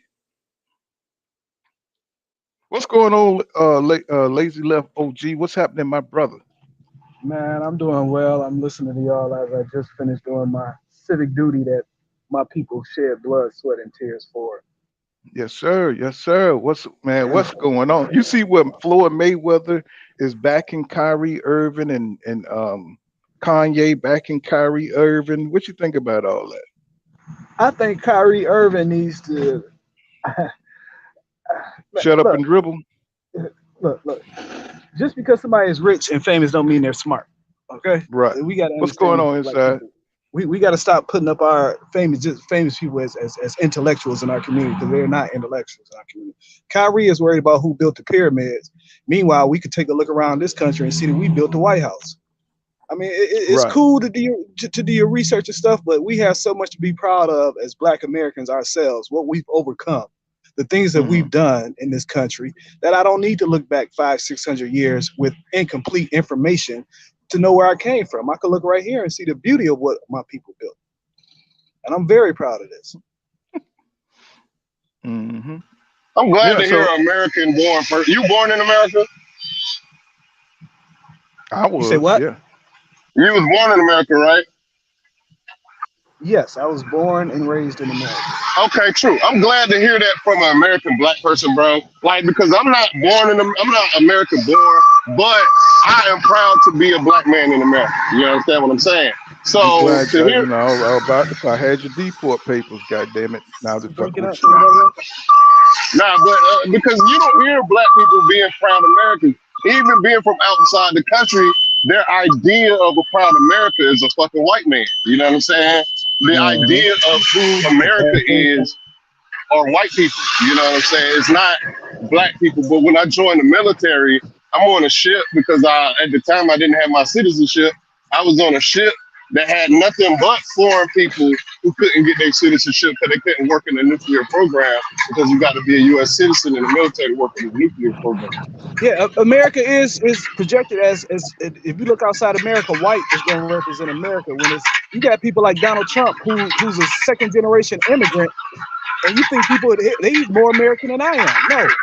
If you want to go by Americanism, by how long your people been in this country, there's no more American people than Black people. That's real. And Black people really do. Everywhere in this country than Black people. Nobody else can say that. Look, and then Black people built the country with their bare hands. They helped fight to maintain, they helped to keep the land from England, and they helped build the economy up.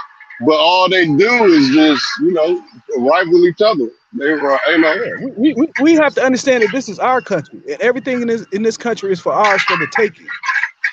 Anybody that's trying to say that you're not that this ain't your country, or your country is Africa, no. My homeland, my motherland is the South. I was raised in Detroit. My grandfather's from the South. My motherland is the South. Everything that was built and came from my family came from the South. Okay, I mean, this is no diss to Africa because there's never been a quote unquote one united Africa. There's never been a united Africa. So this idea that just because we're Black, that we're African and we associate with Africans is just patently false. There's never been a united Africa. Like my man was telling you, Africa is the most fucked up country. It's not even a country; it's a continent. And those countries within Africa are and they colonized too. They colonized those names of those countries are the names of the borders are the names and borders of the French, the Dutch, the British. Those weren't built by Africans. Africa is a tribal nation. It's like 53 countries in Africa. It's like 53 different countries in Africa, something like that. Yeah, which weren't the borders weren't drawn by Africans. So, Africa is a very diverse, continent, with who, depending on what country colonized them, they're influenced by. You got some, I think it's Ethiopia, where Yeah, people are picked on if they got a wide nose, and the shit is fucked up. You know what I'm yeah. saying? The culture, The didn't guy that depend. owns the store right by my house is a Tyrian. And they're in war with Ethiopia, and we talk a lot, and he even tells me there's no idea that black people in America had this idea where you get the red, black, and the green that there's a united Africa. No, it has never been that way. It's not that way. Even if we do go back and trace our history, do you even know which tribe you come from? Africa is a tribal. It's very tribal. It's about your tribe. It's not about your border, your white built borders and white built countries. Yeah, because I Mm, did my genealogy, and I'm like, I'm not even American. I'm not American born, and my genealogy go to is it the Atawa people or some shit like that in Nigeria? I gotta look at my paper. I got my paperwork and stuff, but that's what made me feel like, as far as like being black, being black, period. Because people think black is this mystic being called an African American. You know what I'm saying? People think mm-hmm. that's what black is, and black is more than this mythical being of a black African American. Yeah, well, I am a black American. This is my country, and I'm here to to get the fruits of the labor of my ancestors that died, shed blood, sweat, and tears for this country. And I'm all in on it. I'm not gonna let somebody try to tell me this is the white man's country, the white man's law. No, I'm not falling for that, my brother. Because when it's all said and done, we have nowhere else to go. Well, believe it or This is not, there are people who are creating. There are billionaires, black billionaires, and millionaires who are creating, spaces in other countries. Um, what I'm saying, for people to go like like a Marcus Garvey movement, looking at how the fascism is rising in this country. yes, What is, national, what is it, Christianity, nationalism, yeah. what I'm saying? They're doing it under the false premise of Jesus, what I'm saying? Even though they tell you straight up, just mute yourself. Let me see. It's like a lot of background. So yeah, under, we're watching this nationalism movement, the Christian nationalism, what I'm saying? We got to keep an eye on that, because the same thing that happened to, what I'm saying, the whatever you want to call the people over there in Germany, what I'm saying? The same thing can happen today. You know what I'm saying? Just because it's modern times, don't believe that it couldn't happen. So, you gotta watch these things, what's going on, you know what And I'm it's not saying? just in America. What the white backlash to equal opportunity and rights for all people will always be Uh-huh. fascist, whether it be in Europe or whether it be in America. Look at Italy right now; they just elected a fascist because they see former citizens from former countries that they themselves colonized, come over to their country peacefully, not with a gun and a sword. They came to their country peacefully, followed their laws to become citizens, and now they want to turn to fascism. The white Because response to equal rights for all will always be violence and fascism, no matter what country uh you because they feel like they deserve it. They feel like, what I'm saying, they don't want to have to compete for resources in this country, you know what I'm saying? Not fairly. You know what I'm saying? It's all like it's a facade. You know what I'm saying? Equal rights and opportunity for black people, for everybody else, but not for us. They got to keep the black man down. You know what I'm saying? Because, like I said, we're their competition. You know what I'm saying? They don't want to be on an equal playing field with black people. You know what I'm saying? Because, they don't want our families growing. They don't want us to lead our families. They got to, put this facade of femininity on black men, put that mask on black masculinity. It's important for them, But for I mean, survival. they're even intimidated by the Chinese. That's why there's so much anti-Chinese propaganda because in China they don't allow you. White isn't right in China. Hmm. Chinese people are very proud people, and they don't allow you just to come to their country and just because you're white that you get to take over and you get to set the laws and the rules like that. That's why you see so much anti-Chinese propaganda. That's why you see so much rejection to globalism. When I was growing up, the right conservatives, Republicans, were in favor of globalism. But now you see the rejection of it, because when it comes to globalism, they aren't the de facto power. So now they want to reject globalism because they can't rig the game. Yeah, exactly. Because when you open yourself up to different ideas, see, China's a closed culture. You know, Japan for a long time too, for thousands of centuries. Of course, it set them back in technology and everything. They were still fighting with swords and shit over there when we came over there with cannons. Well, when they came over there with cannons, you know what I'm saying? When you close your society off, you got to stay, you know, connected as a country, because as advancements in trade go, you can fall behind the game. You know what I'm saying? So you have to open yourself up so you can, you know what's going on in the states around you, in the lands around you. You know what I'm saying? So you can stay up on game. But China, that's a good thing about being closed, that you don't have to worry about cross genetic, cultural differences. Like Rome, that was the downfall of Rome. They just kept conquering different countries, and they kept bringing them into, their state. And but then you had all these different cultures and different dramatic, Britain, you know what I'm saying, and to the point where they were all vying for power, you know what I'm saying, and they couldn't structure all that, you know what I'm saying. So the more you dilute, you know what I'm saying, your culture, it works for a while, but sooner or later, you know what I'm saying, shit becomes liberal. You get outbred. Italians, you know what I'm saying? Ooh, shit. Oh, they see Hold the on. threat. Say what now? I heard somebody say, they see the threat. That's why they attacking abortion. Exactly. That's why they attacking abortion. Exactly. That's why when you see the attack on abortion, they not attacking abortion in Georgia. They're not attacking abortion in California. They're attacking abortion in Oregon, Montana, Idaho, the Midwestern states. They don't just talk about their abortion laws, down Connecticut.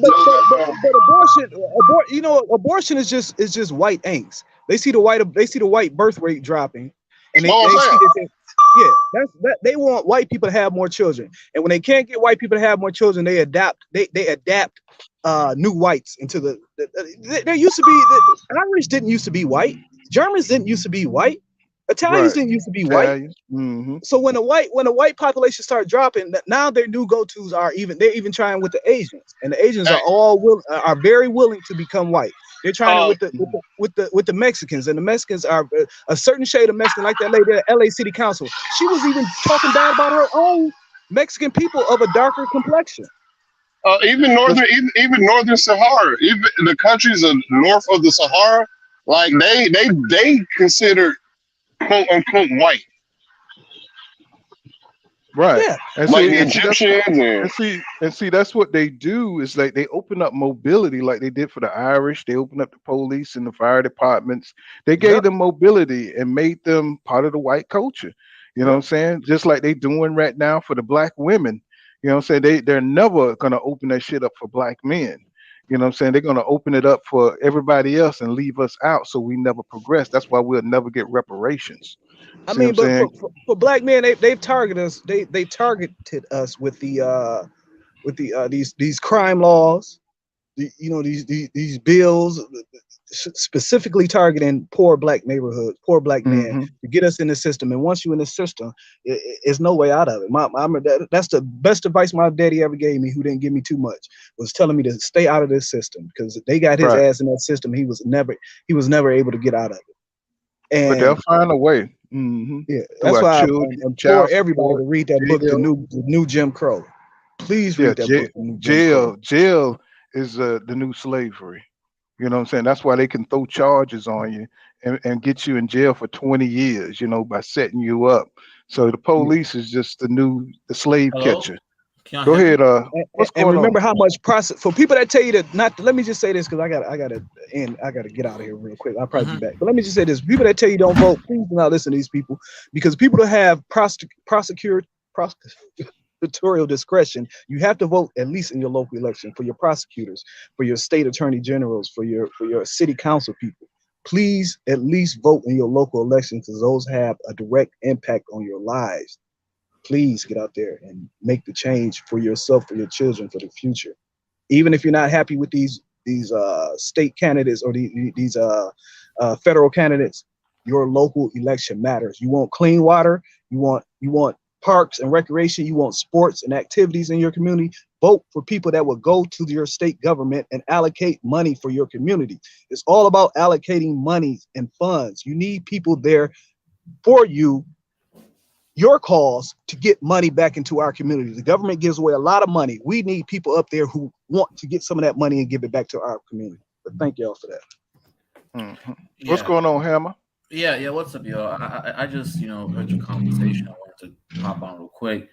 Yeah. So in regards to the sort of white demographic, right, and that issue, Mhm. and you're right. They've tried to redefine whiteness, expand it to Jews. I mean, right now you're seeing the situation with Kyrie Irving and Kanye West. With someone to realize that at the end of the day, Jewish people may be a minority, but they're classified as white, so they can always use that power against you. But my thing is this, okay?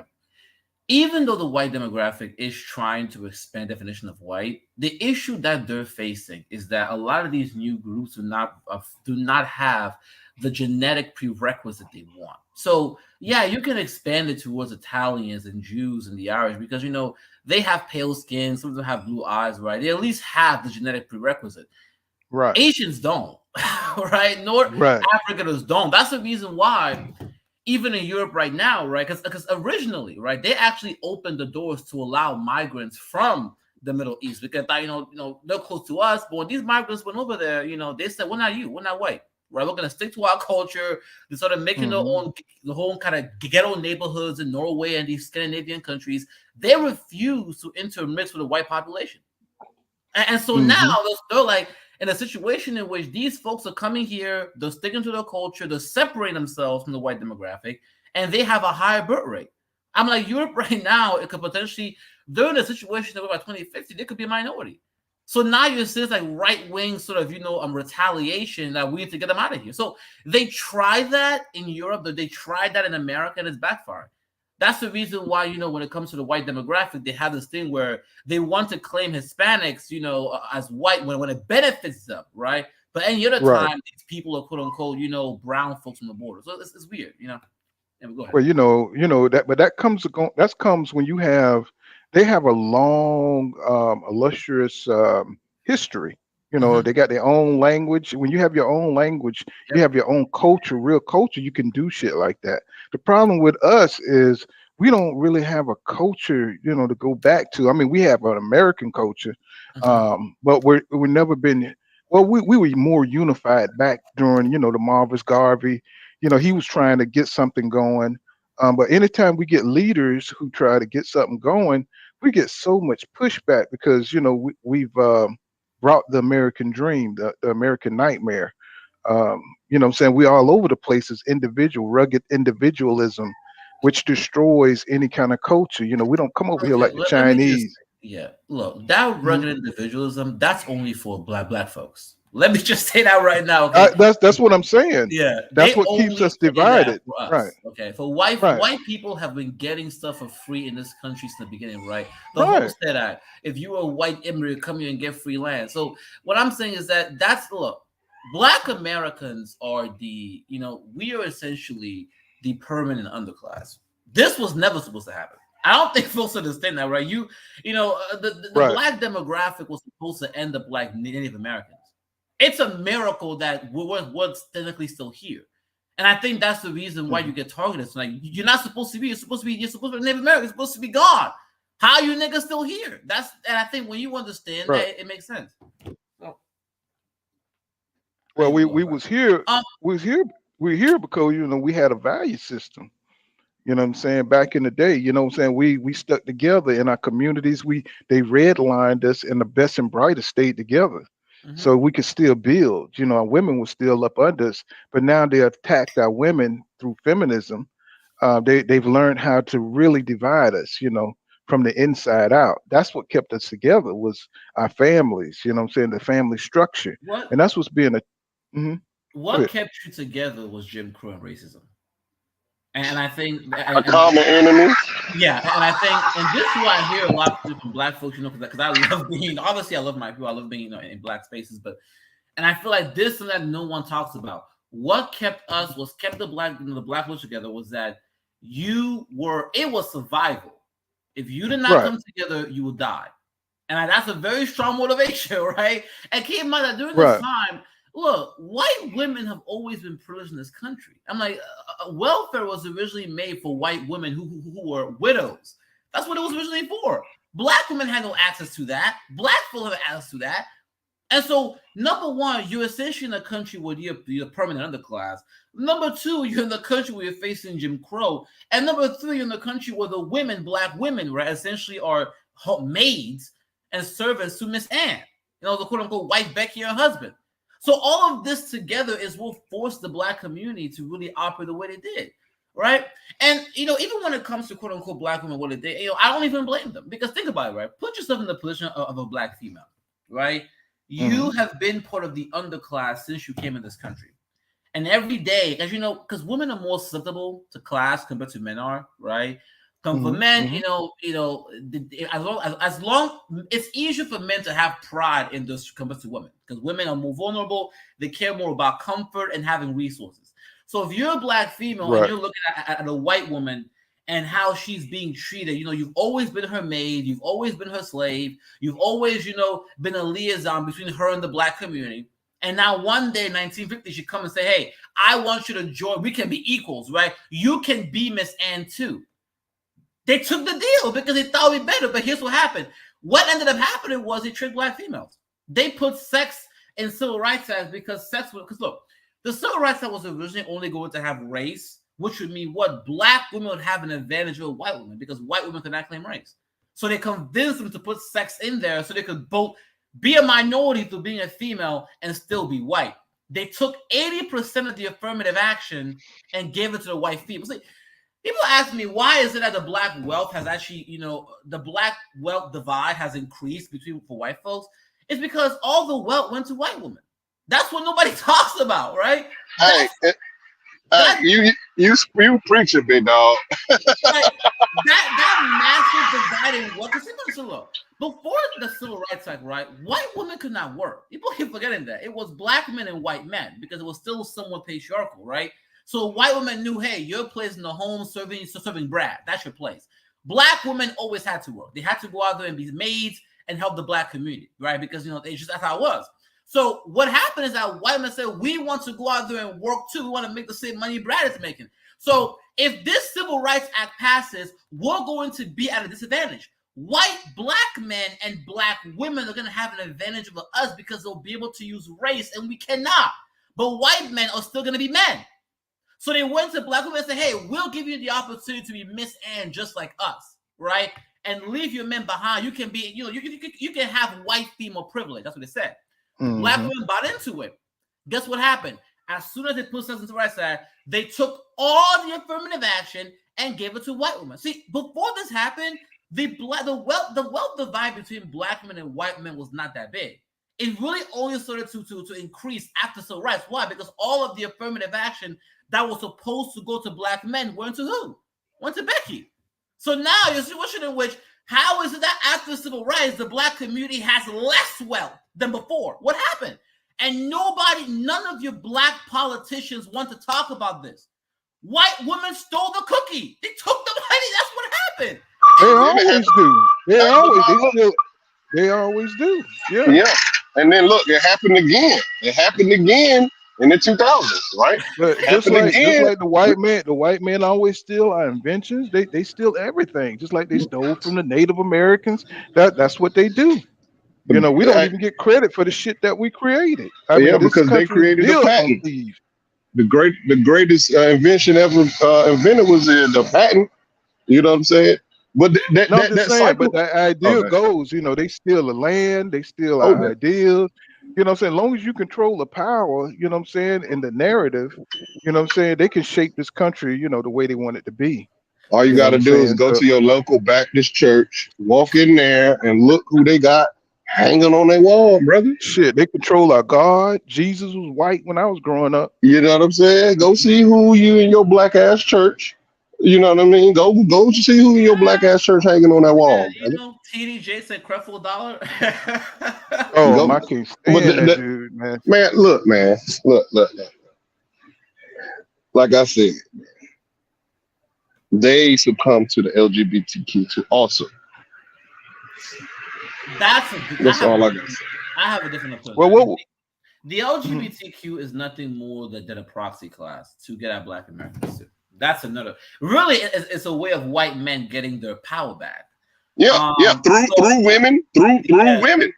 So what they're gonna start doing is because remember all the power. Look, white women when they talk about equity, right? They only mean equity in for them in intersexual with white men.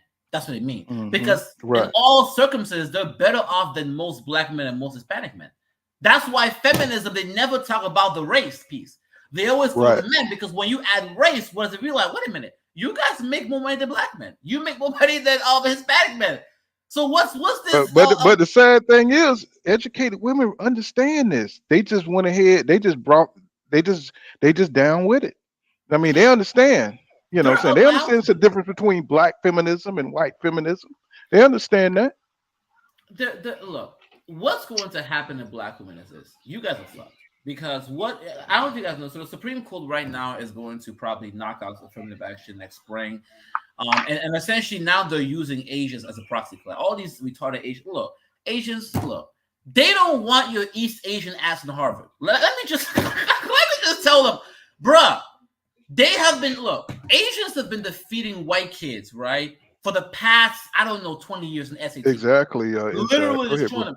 They do not want Harvard to be 50% Asian. They don't want Yale That's right. Asian. Right. So They're going to cut that shit out. They use affirmative action as an excuse to ice you out, but it was never that.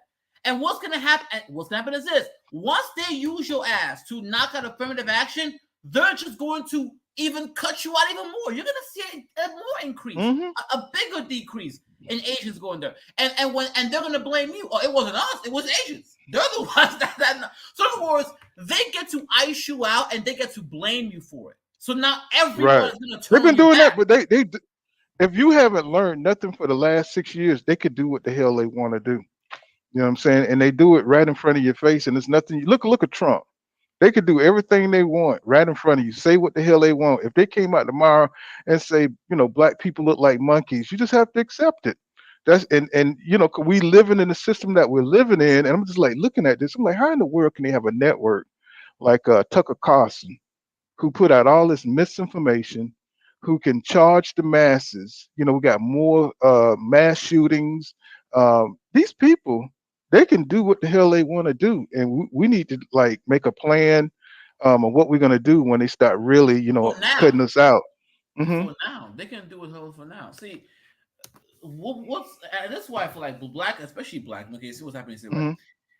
Black Americans are in a very unique positioning because when people say white supremacy, right? I always ask a Black person, "What do you think white supremacy is?" They say, "Oh, it's about white folks messing up." It's not about them being a majority, because if you look at South Africa, right, Black people are the majority there, but they're still being dominated by the white minority. It's deeper than that. White supremacy means that the United States and its European allies, through Bretton Woods and through Western hegemony, have been able to dominate the globe for the past 200 years. And really, after America defeated, so it became the unipolar power. So they're able to, in other words, they're able to control the international banking system, right? They're able to force the world to trade in their currency. This is not just about, it's not about Black folks here. It's an international power system. And that's really what this Russia is about. That's why we say, look, if you're really pro-Black, you need to be back in the Chinese. And I said before, that's why Africans I feel like the first phase for Black America was domestic, civil rights, right? The second phase is going to be international. As long as America and the West are on top, you will always be the underclass in this country, because if they can project power globally, no one's going to check them domestically. If the United States, I'm going to give you an example, right? After World War II, when Germany lost the Cold War, lost World War II, right? The United States forced Germany to pay reparations to the Jews for almost even till now, they're still paying. Yeah. Why? Yeah. Because they lost nationally. If the United States and the West loses against China and Russia in this economic war, guess what that means? they will no longer be able to project power internationally. You will actually have a stronger position in relation to this government. Because now you can essentially get the international community and go to the UN and get to sanction the US on your behalf. And now you're seeing the Africans intersecting with. That's the next battle. The next battle is global. It's no longer domestic. And that's the reason why America right now is in this war in Ukraine. They know that their power is going away. They're trying to hold on.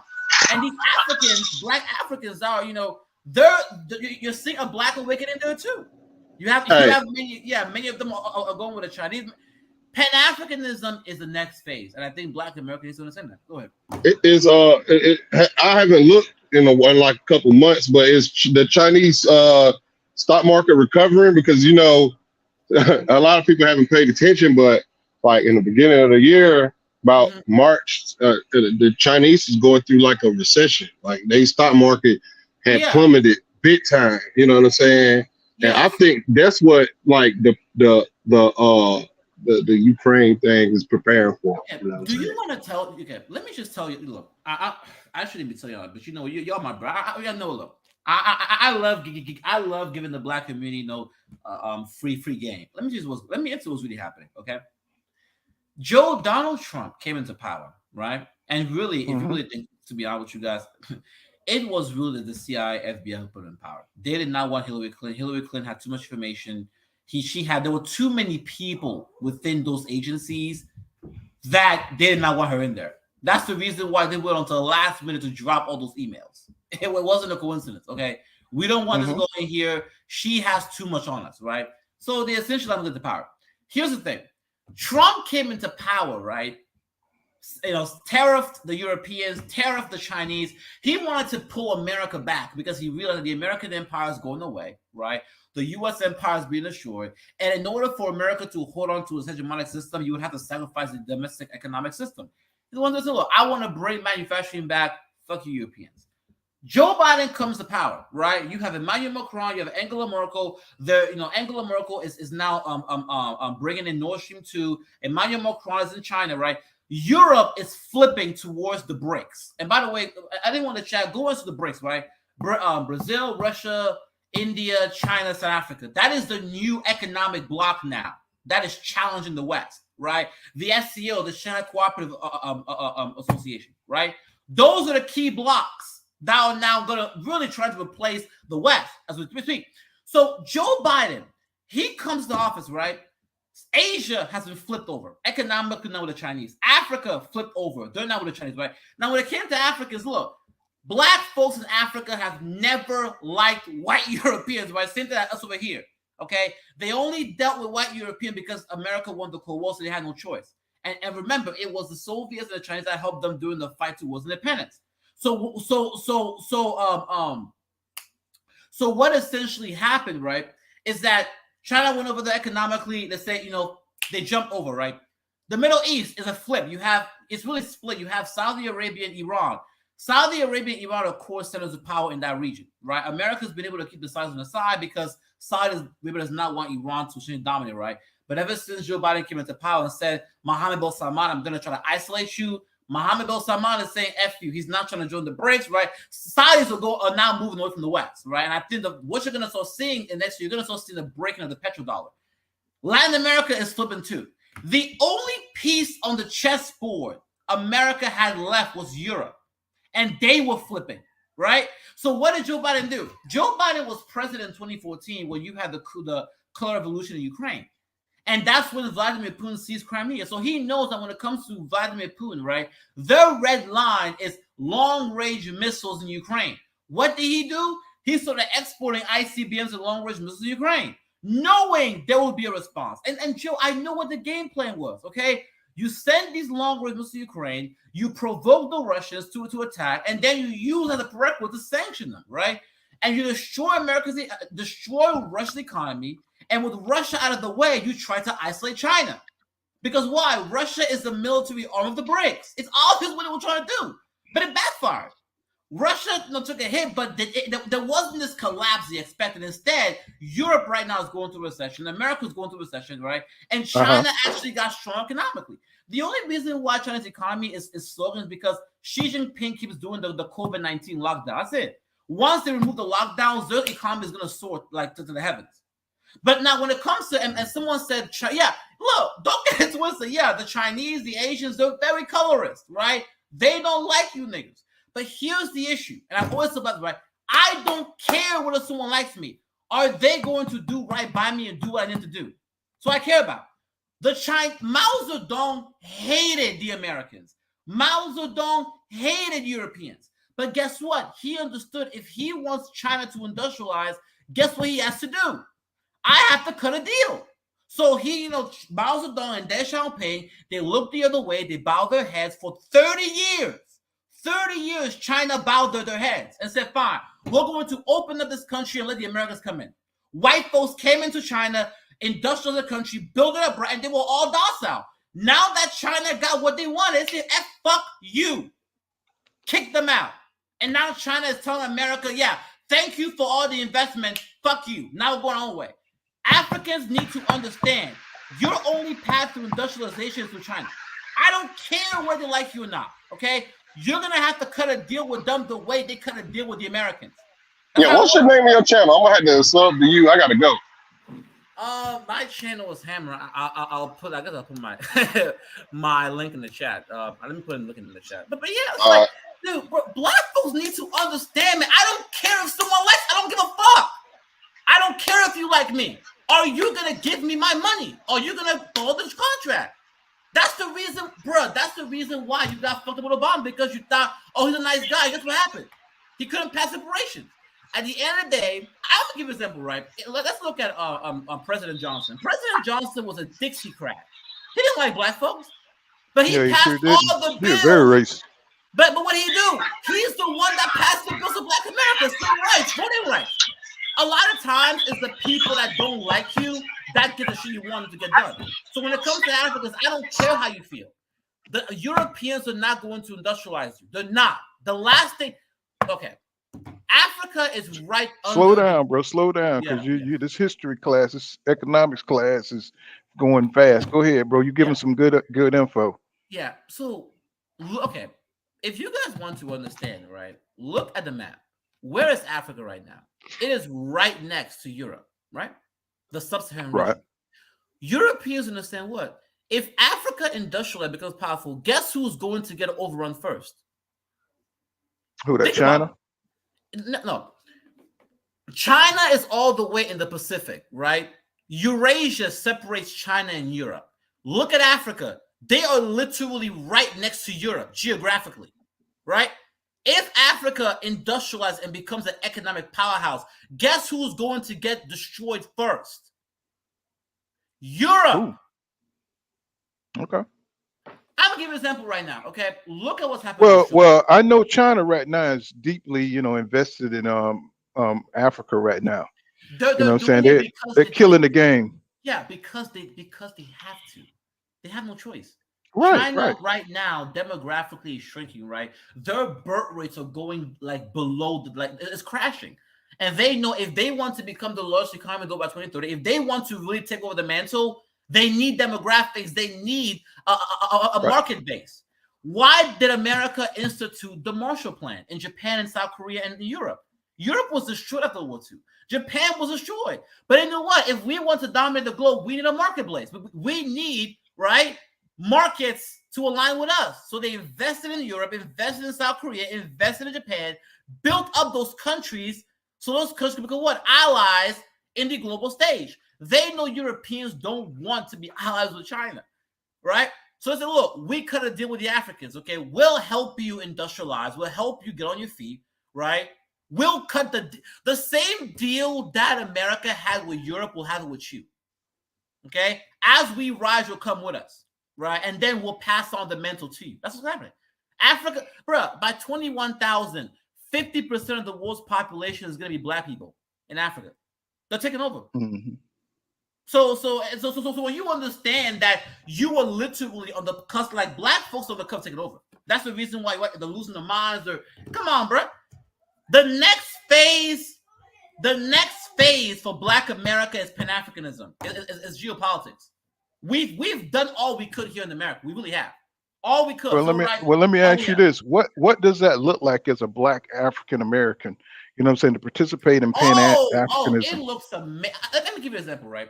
Let me give you how What much does it that changed. look like as an American? You know, What? how it Okay. affect us. Yeah. Let me give you an example, right? Because look, we're Black Americans. Because let's keep it real. We are not a part of the white society. So this country does not serve you. Let's keep it real. But here's the thing, okay? Look at what happened in the beginning of January when you had the anti-Asian hate social, right? What the Asians do? They complained. Literally, Congress passed an anti-Asian hate crime bill just like that. You can't even get a George Floyd bill passed through Congress. Why is that? Why is it that Asians, like, all they have to do is talk and shit gets moving? You can't even get anything from your own Black leaders. Why? Right. Because right now... Because they disenfranchised. No, because right now, even though Asians are like 1% of the population, the countries that represent them, okay? Asian countries right now are next in line for global domination. If they fuck over Asians, they got to deal with Japan, with South Korea, with China. You know what I'm saying? They got to deal with all these Asian powers saying, hold up, you can't be touching our folks like this. What's going on, Jeff? Right? You can't be touching our folks like this. So you're saying like there's an Asian alliance that support each other, you know what I'm saying, for to gain political power. Yes, it's informal. They have the opposite. I'm gonna give an example. Do white people agree on everything? Of course not. Even in Europe, they found out. But what do white folks know? If you touch another white person overseas, don't say right. They'll back up. That person may be German or French, right? But that's one of us. That's why white folks can be a minority and still have power, because why? The West will back them. That's what African Americans want. You don't have a nation state behind you. Don't. You're literally stateless. Let's keep real. If you're a Black person in America, you have no state. America does not represent you. You don't. Right. America represents white people, really, for the most part. You don't have a nation state. Every other group has a nation state to back them. The Iranians, the Chinese, even Latinos have nation states behind them. You don't have a nation state. So what does it mean if Africa becomes enough power? They can't do what they're doing to you now. That's the whole point. They're not going to be able to play, because what's going to happen is this. The Pan-Africanists know, right? They'll be able to apply pressure on the West. Now, hold up. You can't be treating a Black... Yeah, but how do we galvanize that, you know what I'm saying, as an entity, you know what I'm saying, that we recognize? Because we don't recognize Pan-Africanism. I mean, I hear the concept and everything, but we don't recognize it as a Black American people. You know, only a few of us are getting enlightened. Most Black Americans were not even part of civil rights. It was a small percent of the population. You don't need that much. There are people on the ground, trust me, because I'm in these networks, right? Most don't even know. There are Black Americans that have these networks. I'm part of them. We are already on the ground. We're already in Ghana, and right? Those connections are already there. Don't get it twisted. Just because not out here like Kanye West, we don't need to be out here like Kanye West. It's already happening. It's been happening for years. I'm gonna give you an example. How many Black Americans? How many Black Americans knew? How many Black Americans knew that when you had the George Floyd thing, the president of Ghana condemned the United States? Did you guys know that? Nigeria condemned the U.S. Nobody, but why? Because it's not covered in the news. They don't cover it. African nations, the African Union came out and condemned the U.S. This is what's happening behind the scenes. See when it came to Asians, right? You guys don't know how many Asian countries came and condemned the U.S. That's why they move so fast in the anti-Asian crime. But here's the problem, though. African nations right now are in a weakened position. So you can condemn America. Oh, you guys are a bunch of poor African nations, right? But if South Korea speaks, if China speaks, they get moving. Nobody sees that. Okay? It doesn't get covered in the news. The reality is that all these Africans, I'm going to give you an example. Ghana has been trying to get Black Americans to go there for a very long time. You know that, right? The whole year of return. There's a large African American diaspora in Ghana. There really are. A lot of them over there. The large in West Africa right now. Those connections are already there. The problem is that it's just not talked about. See, The problem we have in the black community is that we like to be flashy. We want to show. No, some things need to be private. Some things should not be in public. You know what I'm saying? You shouldn't be telling your enemies everything. That's how Asians move. Most of us didn't even know that Asians were having their countries backing them in this hate crime bill. And we're like, but I don't understand why. Yeah, the reason they got it so bad because, you know, they had China behind them. But nobody was watching. The reality is see, what you got to understand is most black people, you know, they don't study globalism and the globalism politics. You see what I'm saying? Because the average American, you know what I'm saying, all they want to do is work, go home. These are things, see, that's why it's important to have conversations and slowing down so people understand the importance to get back to watching the big picture as well as the small picture. And you know, you spitting like really great knowledge, but you're like a professor, you know, spitting to, you know, high school students. And I ain't saying people are dumb. It's just that people rarely think about the global politics. I've always been one that always studied history. I mean, I only know a little bit about global politics about after World War II, how the superpowers, how the power right. is everything.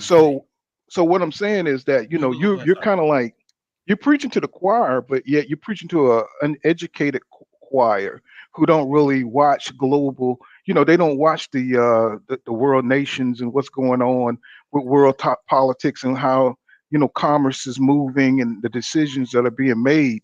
In America, you know, we're very myopic people, and it's not that we don't want to know. It's just that we're worried about our own silos, how things are affecting us directly. In our own, we don't understand the bigger picture, like you're speaking of. Look, that's fine.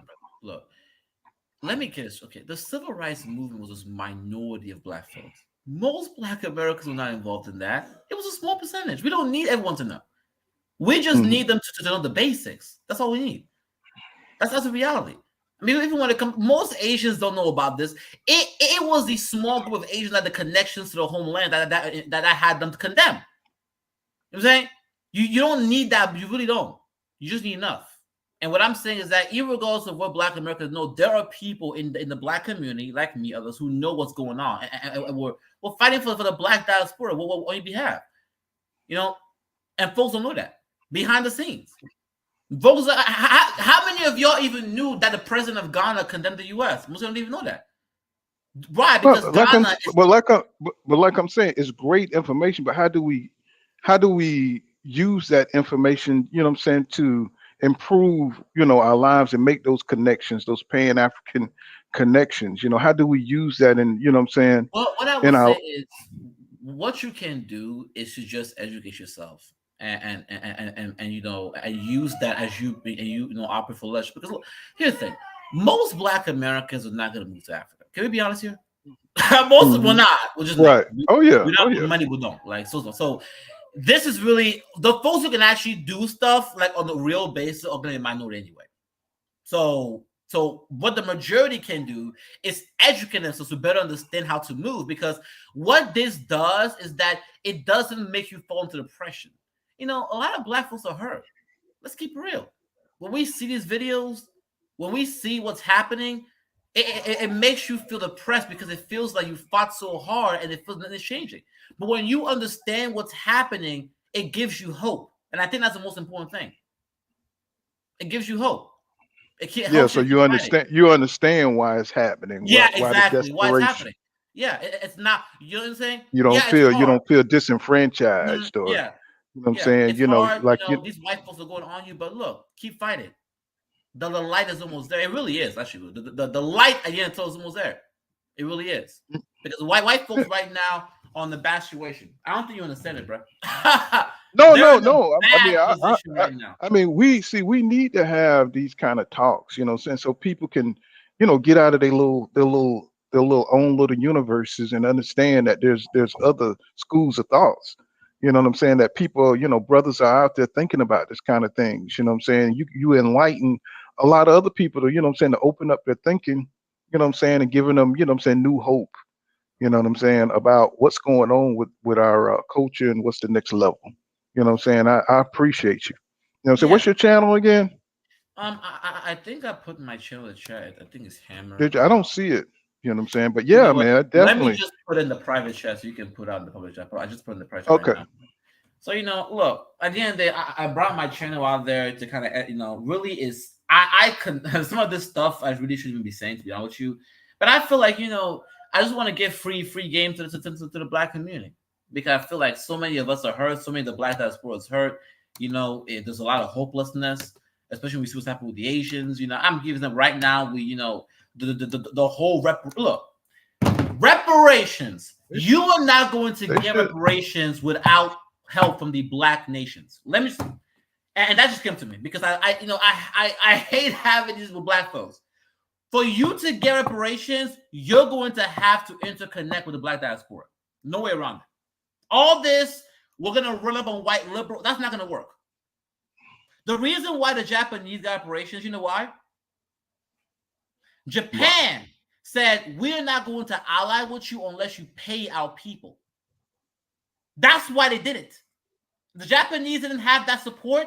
They would have gotten shit. All these other groups that got it is because they have those networks. They have those nation states to that. So all of this about all this ADOA shit, that's not going to work. It's really not. You're going to have to interconnect with the black. You really are. If you want to get reparations, right? Number one, Pan-Africanism. Number two, you're going to have to interconnect with the black diaspora. Because once you have those once you have African nations, right, you can have a collective claim. You get what I'm saying? Because remember, how did black Americans get in this country? You came as slaves from Africa, right?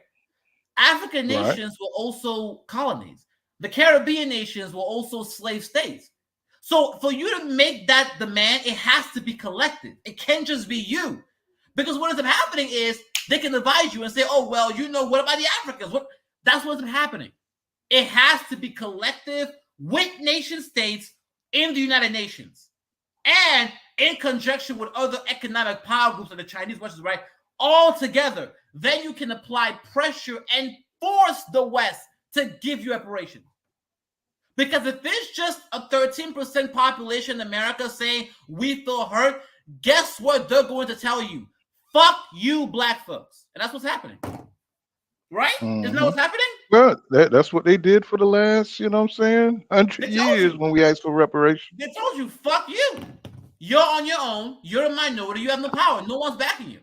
But if you guys had a collective claim with the Caribbean states, with the African states, with other economic groups like the BRICS in the United Nations, now you can force America to give you shit. But if it's just Tariq Nasheed and his Well, like I'm saying, but like you're saying, what you're saying, I agree with. But how, what I'm saying? It's like we're not used to making those kind of connections, you know what I'm saying? Or agreeing with our brothers, because, we have a battle with them. We have a battle with, the African nations that come over here, our Guyana brothers, our Ethiopian brothers, we're so busy battling each other, the conflict between Africa and Black Americans is kind of deep. There really isn't. Look, when it comes to that, because I hear that a lot, right? There really isn't really conflict. What's really happening here is that they are in. Okay, here's what happens, right? They come from majority Black countries, so even though they're suppressed economically, it's not the same. If you're from Ghana or whatever, and you're part of a tribe, right? The president is Black, the rulers of everyone's Black. The only oppression you have really is that you were from a colony and you're part of the Commonwealth, right? But when you come here in America, it's different because you have to deal with white folks face to face. It's not the same. So what ends up happening when they come here, it's kind of like they're slowly absorbed into the buffer class, into the Black class, but it takes time. They come here, okay, you're fresh immigrants, so we're not going to give you the Black treatment right away.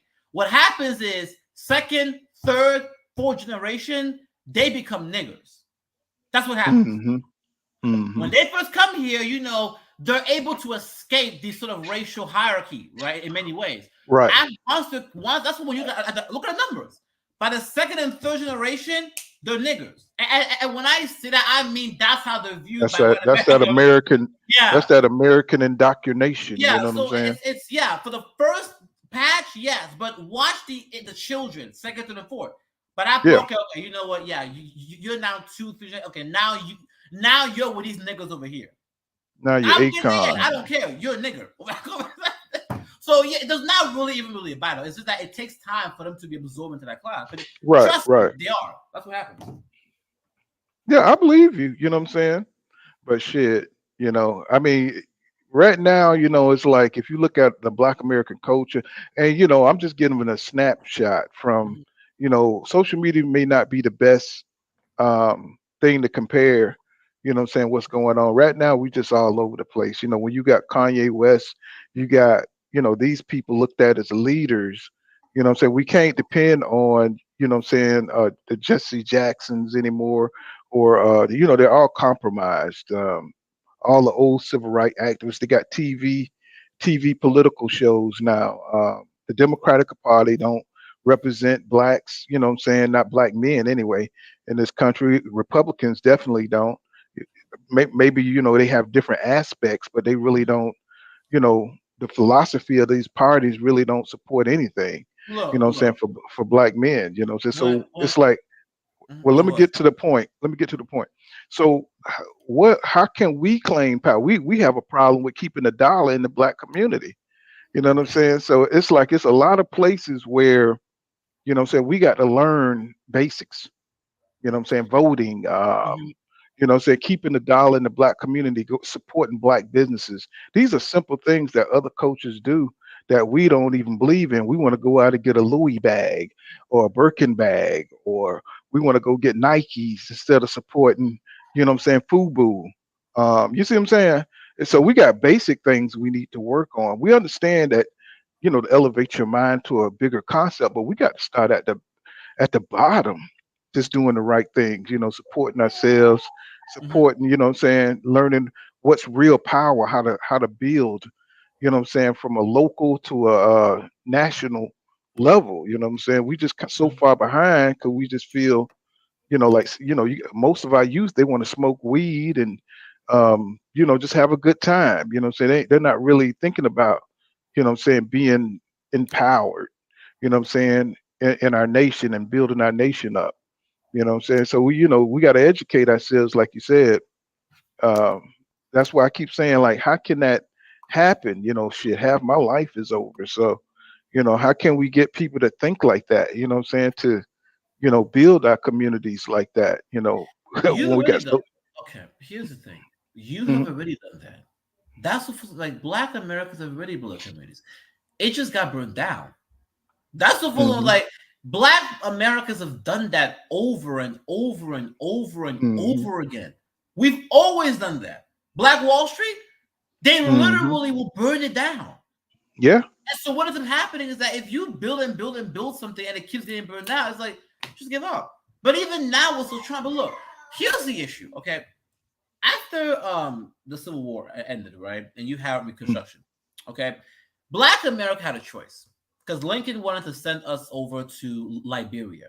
Liberia. Yeah. Mhm. So you had a choice. You could have left America then and said and built your own black country. And by the way, you can actually. The only place Black Americans today can all go and be fine is Liberia. Because that was Mhm. That was literally our 40 acres and yeah. a mule right And there. in the Constitution, you actually entitled to, even to this day. So if Black America was to really make that move, it would be Liberia. You could all go there, and they will have to give you instant citizenship because it was technically for you. So that option is really technically still on the table, or if you really think about it, it hasn't gone away. Now the window is closing, but it's still there.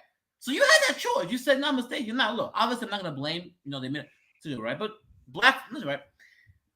Then you had, of course, Jim Crow, right? Every time they built Black communities, white folks would come and tear it down over and over again. Now you have Yep. integration. I'm sorry, okay? Look, yes, we built this country, yes, but let's be honest here. This country does not belong to us. Let's be honest. Right. It Oh doesn't. yeah. Oh, I agree. Like, it doesn't belong to us. Yeah, it's unfair, right? It's not right. You build something with your back, with your blood, What's sweat, and going on, tears. Rami Emily John? there's a, you're a bright guy, but it's like, like I said, we got to start from the basis until we learn how to build and connect, and don't be afraid to do I'm like going those to brothers be. did in Tulsa, like Tulsa and shit like that. Those What brothers, happened to them? What happened to yeah, Tulsa? but they show you, anytime like the Black Panthers, right? And You know what what I'm happened saying? to them too? Anytime, Come on, that's what brother. I'm telling you. I'm saying, we can't be afraid to galvanize. They keep us from getting together and having these ideas. That's why I say it's so important for the brilliant brothers like Rami Emily Jones and Andre Smith and like yourself, to get together, what I'm saying, and actually start mentoring. You know what I'm saying? Some of these young men, these brighter minds, especially the brothers with resources out there, instead of, like hustling on YouTube for money or trying to hustle people out their money, like really, what I'm saying, like really try to spread this education for some higher thinking. Um, you know what I'm saying? And that's one thing I see in the Black community. They so worried about tennis shoes and they worried about style and Yeezys, and they're not thinking about things that matter, building your family and having a better understanding of the world. You know what I'm saying? So you can make better moves for the future. And that's very important. You know what I'm saying? Like, I'm all about, what I'm saying, my entertainment and boxing, but that can't be everything. That's why I started this today. I said, we're gonna just open up the panel and just start, like really talking about everything, you know what I'm saying? And giving people a bigger picture of what they should be, Yeah. what they should be concentrating on. What I want Uh, to say here is this, right? And I'm just going to be brutally honest with the Black community. Okay. mhm. As long as you're in the United States, you'll be the other class. I'm just going to say that. And folks don't want to hear that, but that's true. You're the underclass. That's just, and what's going to happen is, even when white people become a minority in 2050, they're going Mhm. to create what I call majority coalitions. They're going to bring the Hispanics in, the Asians in, and have them be a Mhm. proxy class to get at you. The Mhm. only chance you, and this is why that geopolitics matters. The only chance you really have is two things: either you move to Liberia, or you intertwine with Pan Africanism. Because what's going to happen is And that why you think it's so important for them to create these proxy races? They keep bringing them in over us, to and they maintain power, keeping us land. Say to that maintain again. power, to maintain power. It's Uh-huh. not complicated. It's maintaining. See, Yeah, but why race can they make why they not a threat? Why is the proxy not a threat to races, them as much. why they not as much a threat to, because they got more power than we do. We are the permanent underclass. So why Yeah, are we such a threat? You know what I'm saying?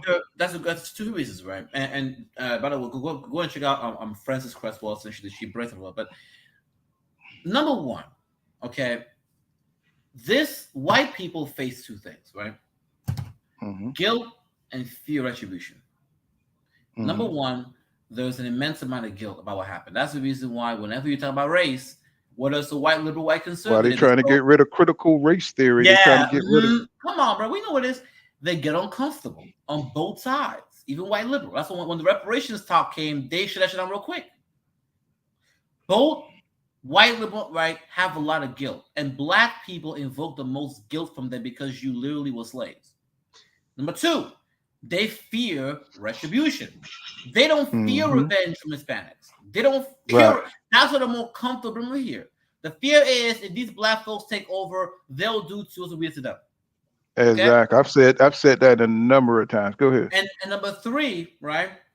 There's a genetic component, right? Black people have the greatest threat to genetic annihilation when it comes to whiteness. I said that If too. a, if Jesus Christ, we right on the same page. if Go ahead. if a white man gets with an Asian female from South Korea, that child is gonna still retain those Caucasian features, if not come out Right. white. If a white man gets with a black woman, we know what happens, right? The kid Right. comes out looking like what? Typically very strong. They're black. They come out looking Negro. Let's keep it real. Hmm. So there's He's looking all for of he those. looking for the oxtails and rice soon as you come Mhm. out. So all of those things together, right? All those reasons why you are the underclass. and why the only way you can still be in America and not be the underclass is if you have a power base to pull from. The Jews have Israel. The Chinese have China. Latinos, right? You need a power base to pull from. And because we don't have a nation state, America doesn't represent us, right? That's the reason why. I'm gonna give you an example. Do you know why America did not move military base? Because George Bush, right? Right. Yeah. George Bush essentially wanted to move U.S. military bases to Africa, right? To keep the Chinese out. Do you know why he didn't do it? It was called PNAC, right? The Pact for the New American Century. It's because they fear that if we move black troops into Africa, they will betray the United States. That makes sense. And they wrote this down too. And of course, Colin Powell was angry, but technically, I don't blame them. That the fear was that, we know black folks are underclass in this country, and if they went over there and they started being treated like human beings, they will side with them. So we're not going to do that. We don't trust these Negroes. That means that, and this is the president. Well, I mean, the crazy thing is, you got North Korea, right? They threatening all the time. So they open with it, you know what I'm saying? But they have no fear of people who can actually launch a nuclear, threat, or they have no fear of Russia. You know what I'm saying? It's just crazy how that dynamic works. And they got way more power than we do. But yet we still are the most feared. It's just interesting how it's all psychological. I told you why it's psychological, but it's not just about, now we know why they behave this way in America, right? But when we go over to Europe, right, there's also another reason why. And the other reason, right, is that where is Africa in relation to Europe? It's right next. Come on. It's not like, look back and pull back and look at the whole. It makes sense. It explains their behavior. So if Africa was to become a powerful region, right? What does that mean? They get dominated first, and that means that Black Americans and Black diaspora will have a power. So basically, just to cut it down, it's about genetic survival. Yeah, for them. Essentially. Just to cut it down to something simple, it's about genetic survival. And resources, controlling the resources and controlling the world, But also another thing to keep in mind is this, right? I'm gonna give you an example. You guys know how Australia essentially is nothing more than a white settler state, right? They erased the native population, the Aboriginals. So even though it's a majority white country, they're not the natives there. They are now being dominated by the Chinese. When China was a poor, weak country in 1950s, right? Australia was a dominant power in the Pacific. Now that China is coming up, guess who's ruling those waters right now? Who? China. They got their aircraft carriers rolling through the Pacific, right? And the white Australians are scared. The white Australians are fucking scared right now because they saw this big country that was poor and weak. So I think China and now literally threatening them. And didn't China adopt like a pseudo capitalism? Yeah, they did. They adopted capitalism, and that's when they started growing like crazy. They got even a Walt Disney World over that motherfucker now, and they did that for strategic purposes. That's what it is. But they're communist. They're pro-Chinese. That's right. We know that. I don't care how you feel about Chinese people, right? You need them you really do. They're the only shit you have. The same way China made a deal with the Americans, you're gonna have to make a deal with them. There's no way around it. This is what it is. And Africans know it. There's no other way. Do the Mao Zedong plan. You bow your head, you're all nice, have them invest, right? You build stuff up, and while you're showing position, you say fuck you. That's the game plan. That's what it is. Once you got what you want, fuck you can leave. What? Bye.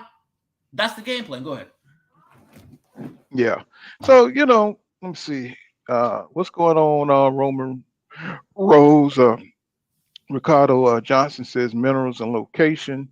And Jerome Rose says, bro, it's kind of right. He says, my ex girlfriend was Liberian.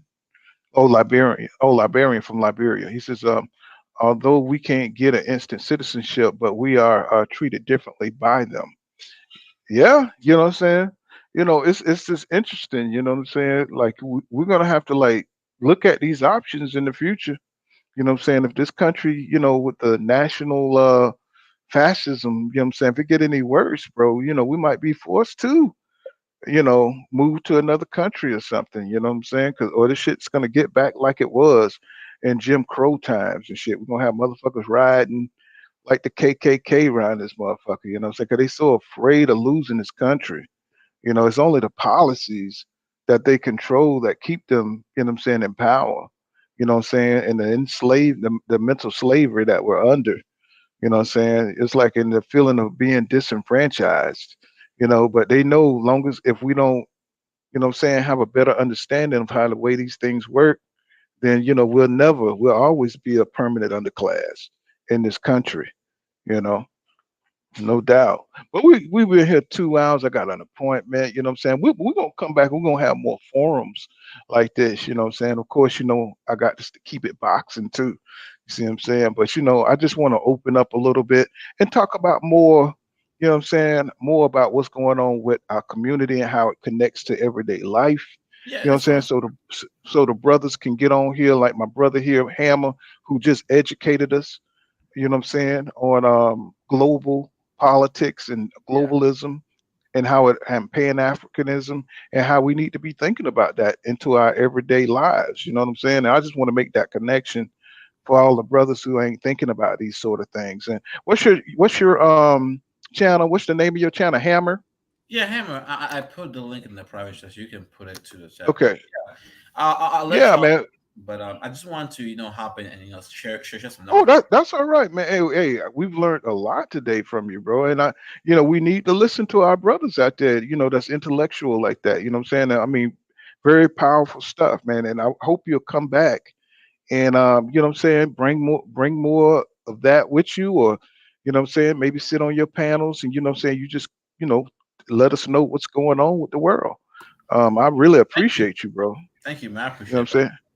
Hey, not a problem. But we're gonna leave it right there. This has been cool kind of boxing. You know what I'm saying? His link up there in the chat.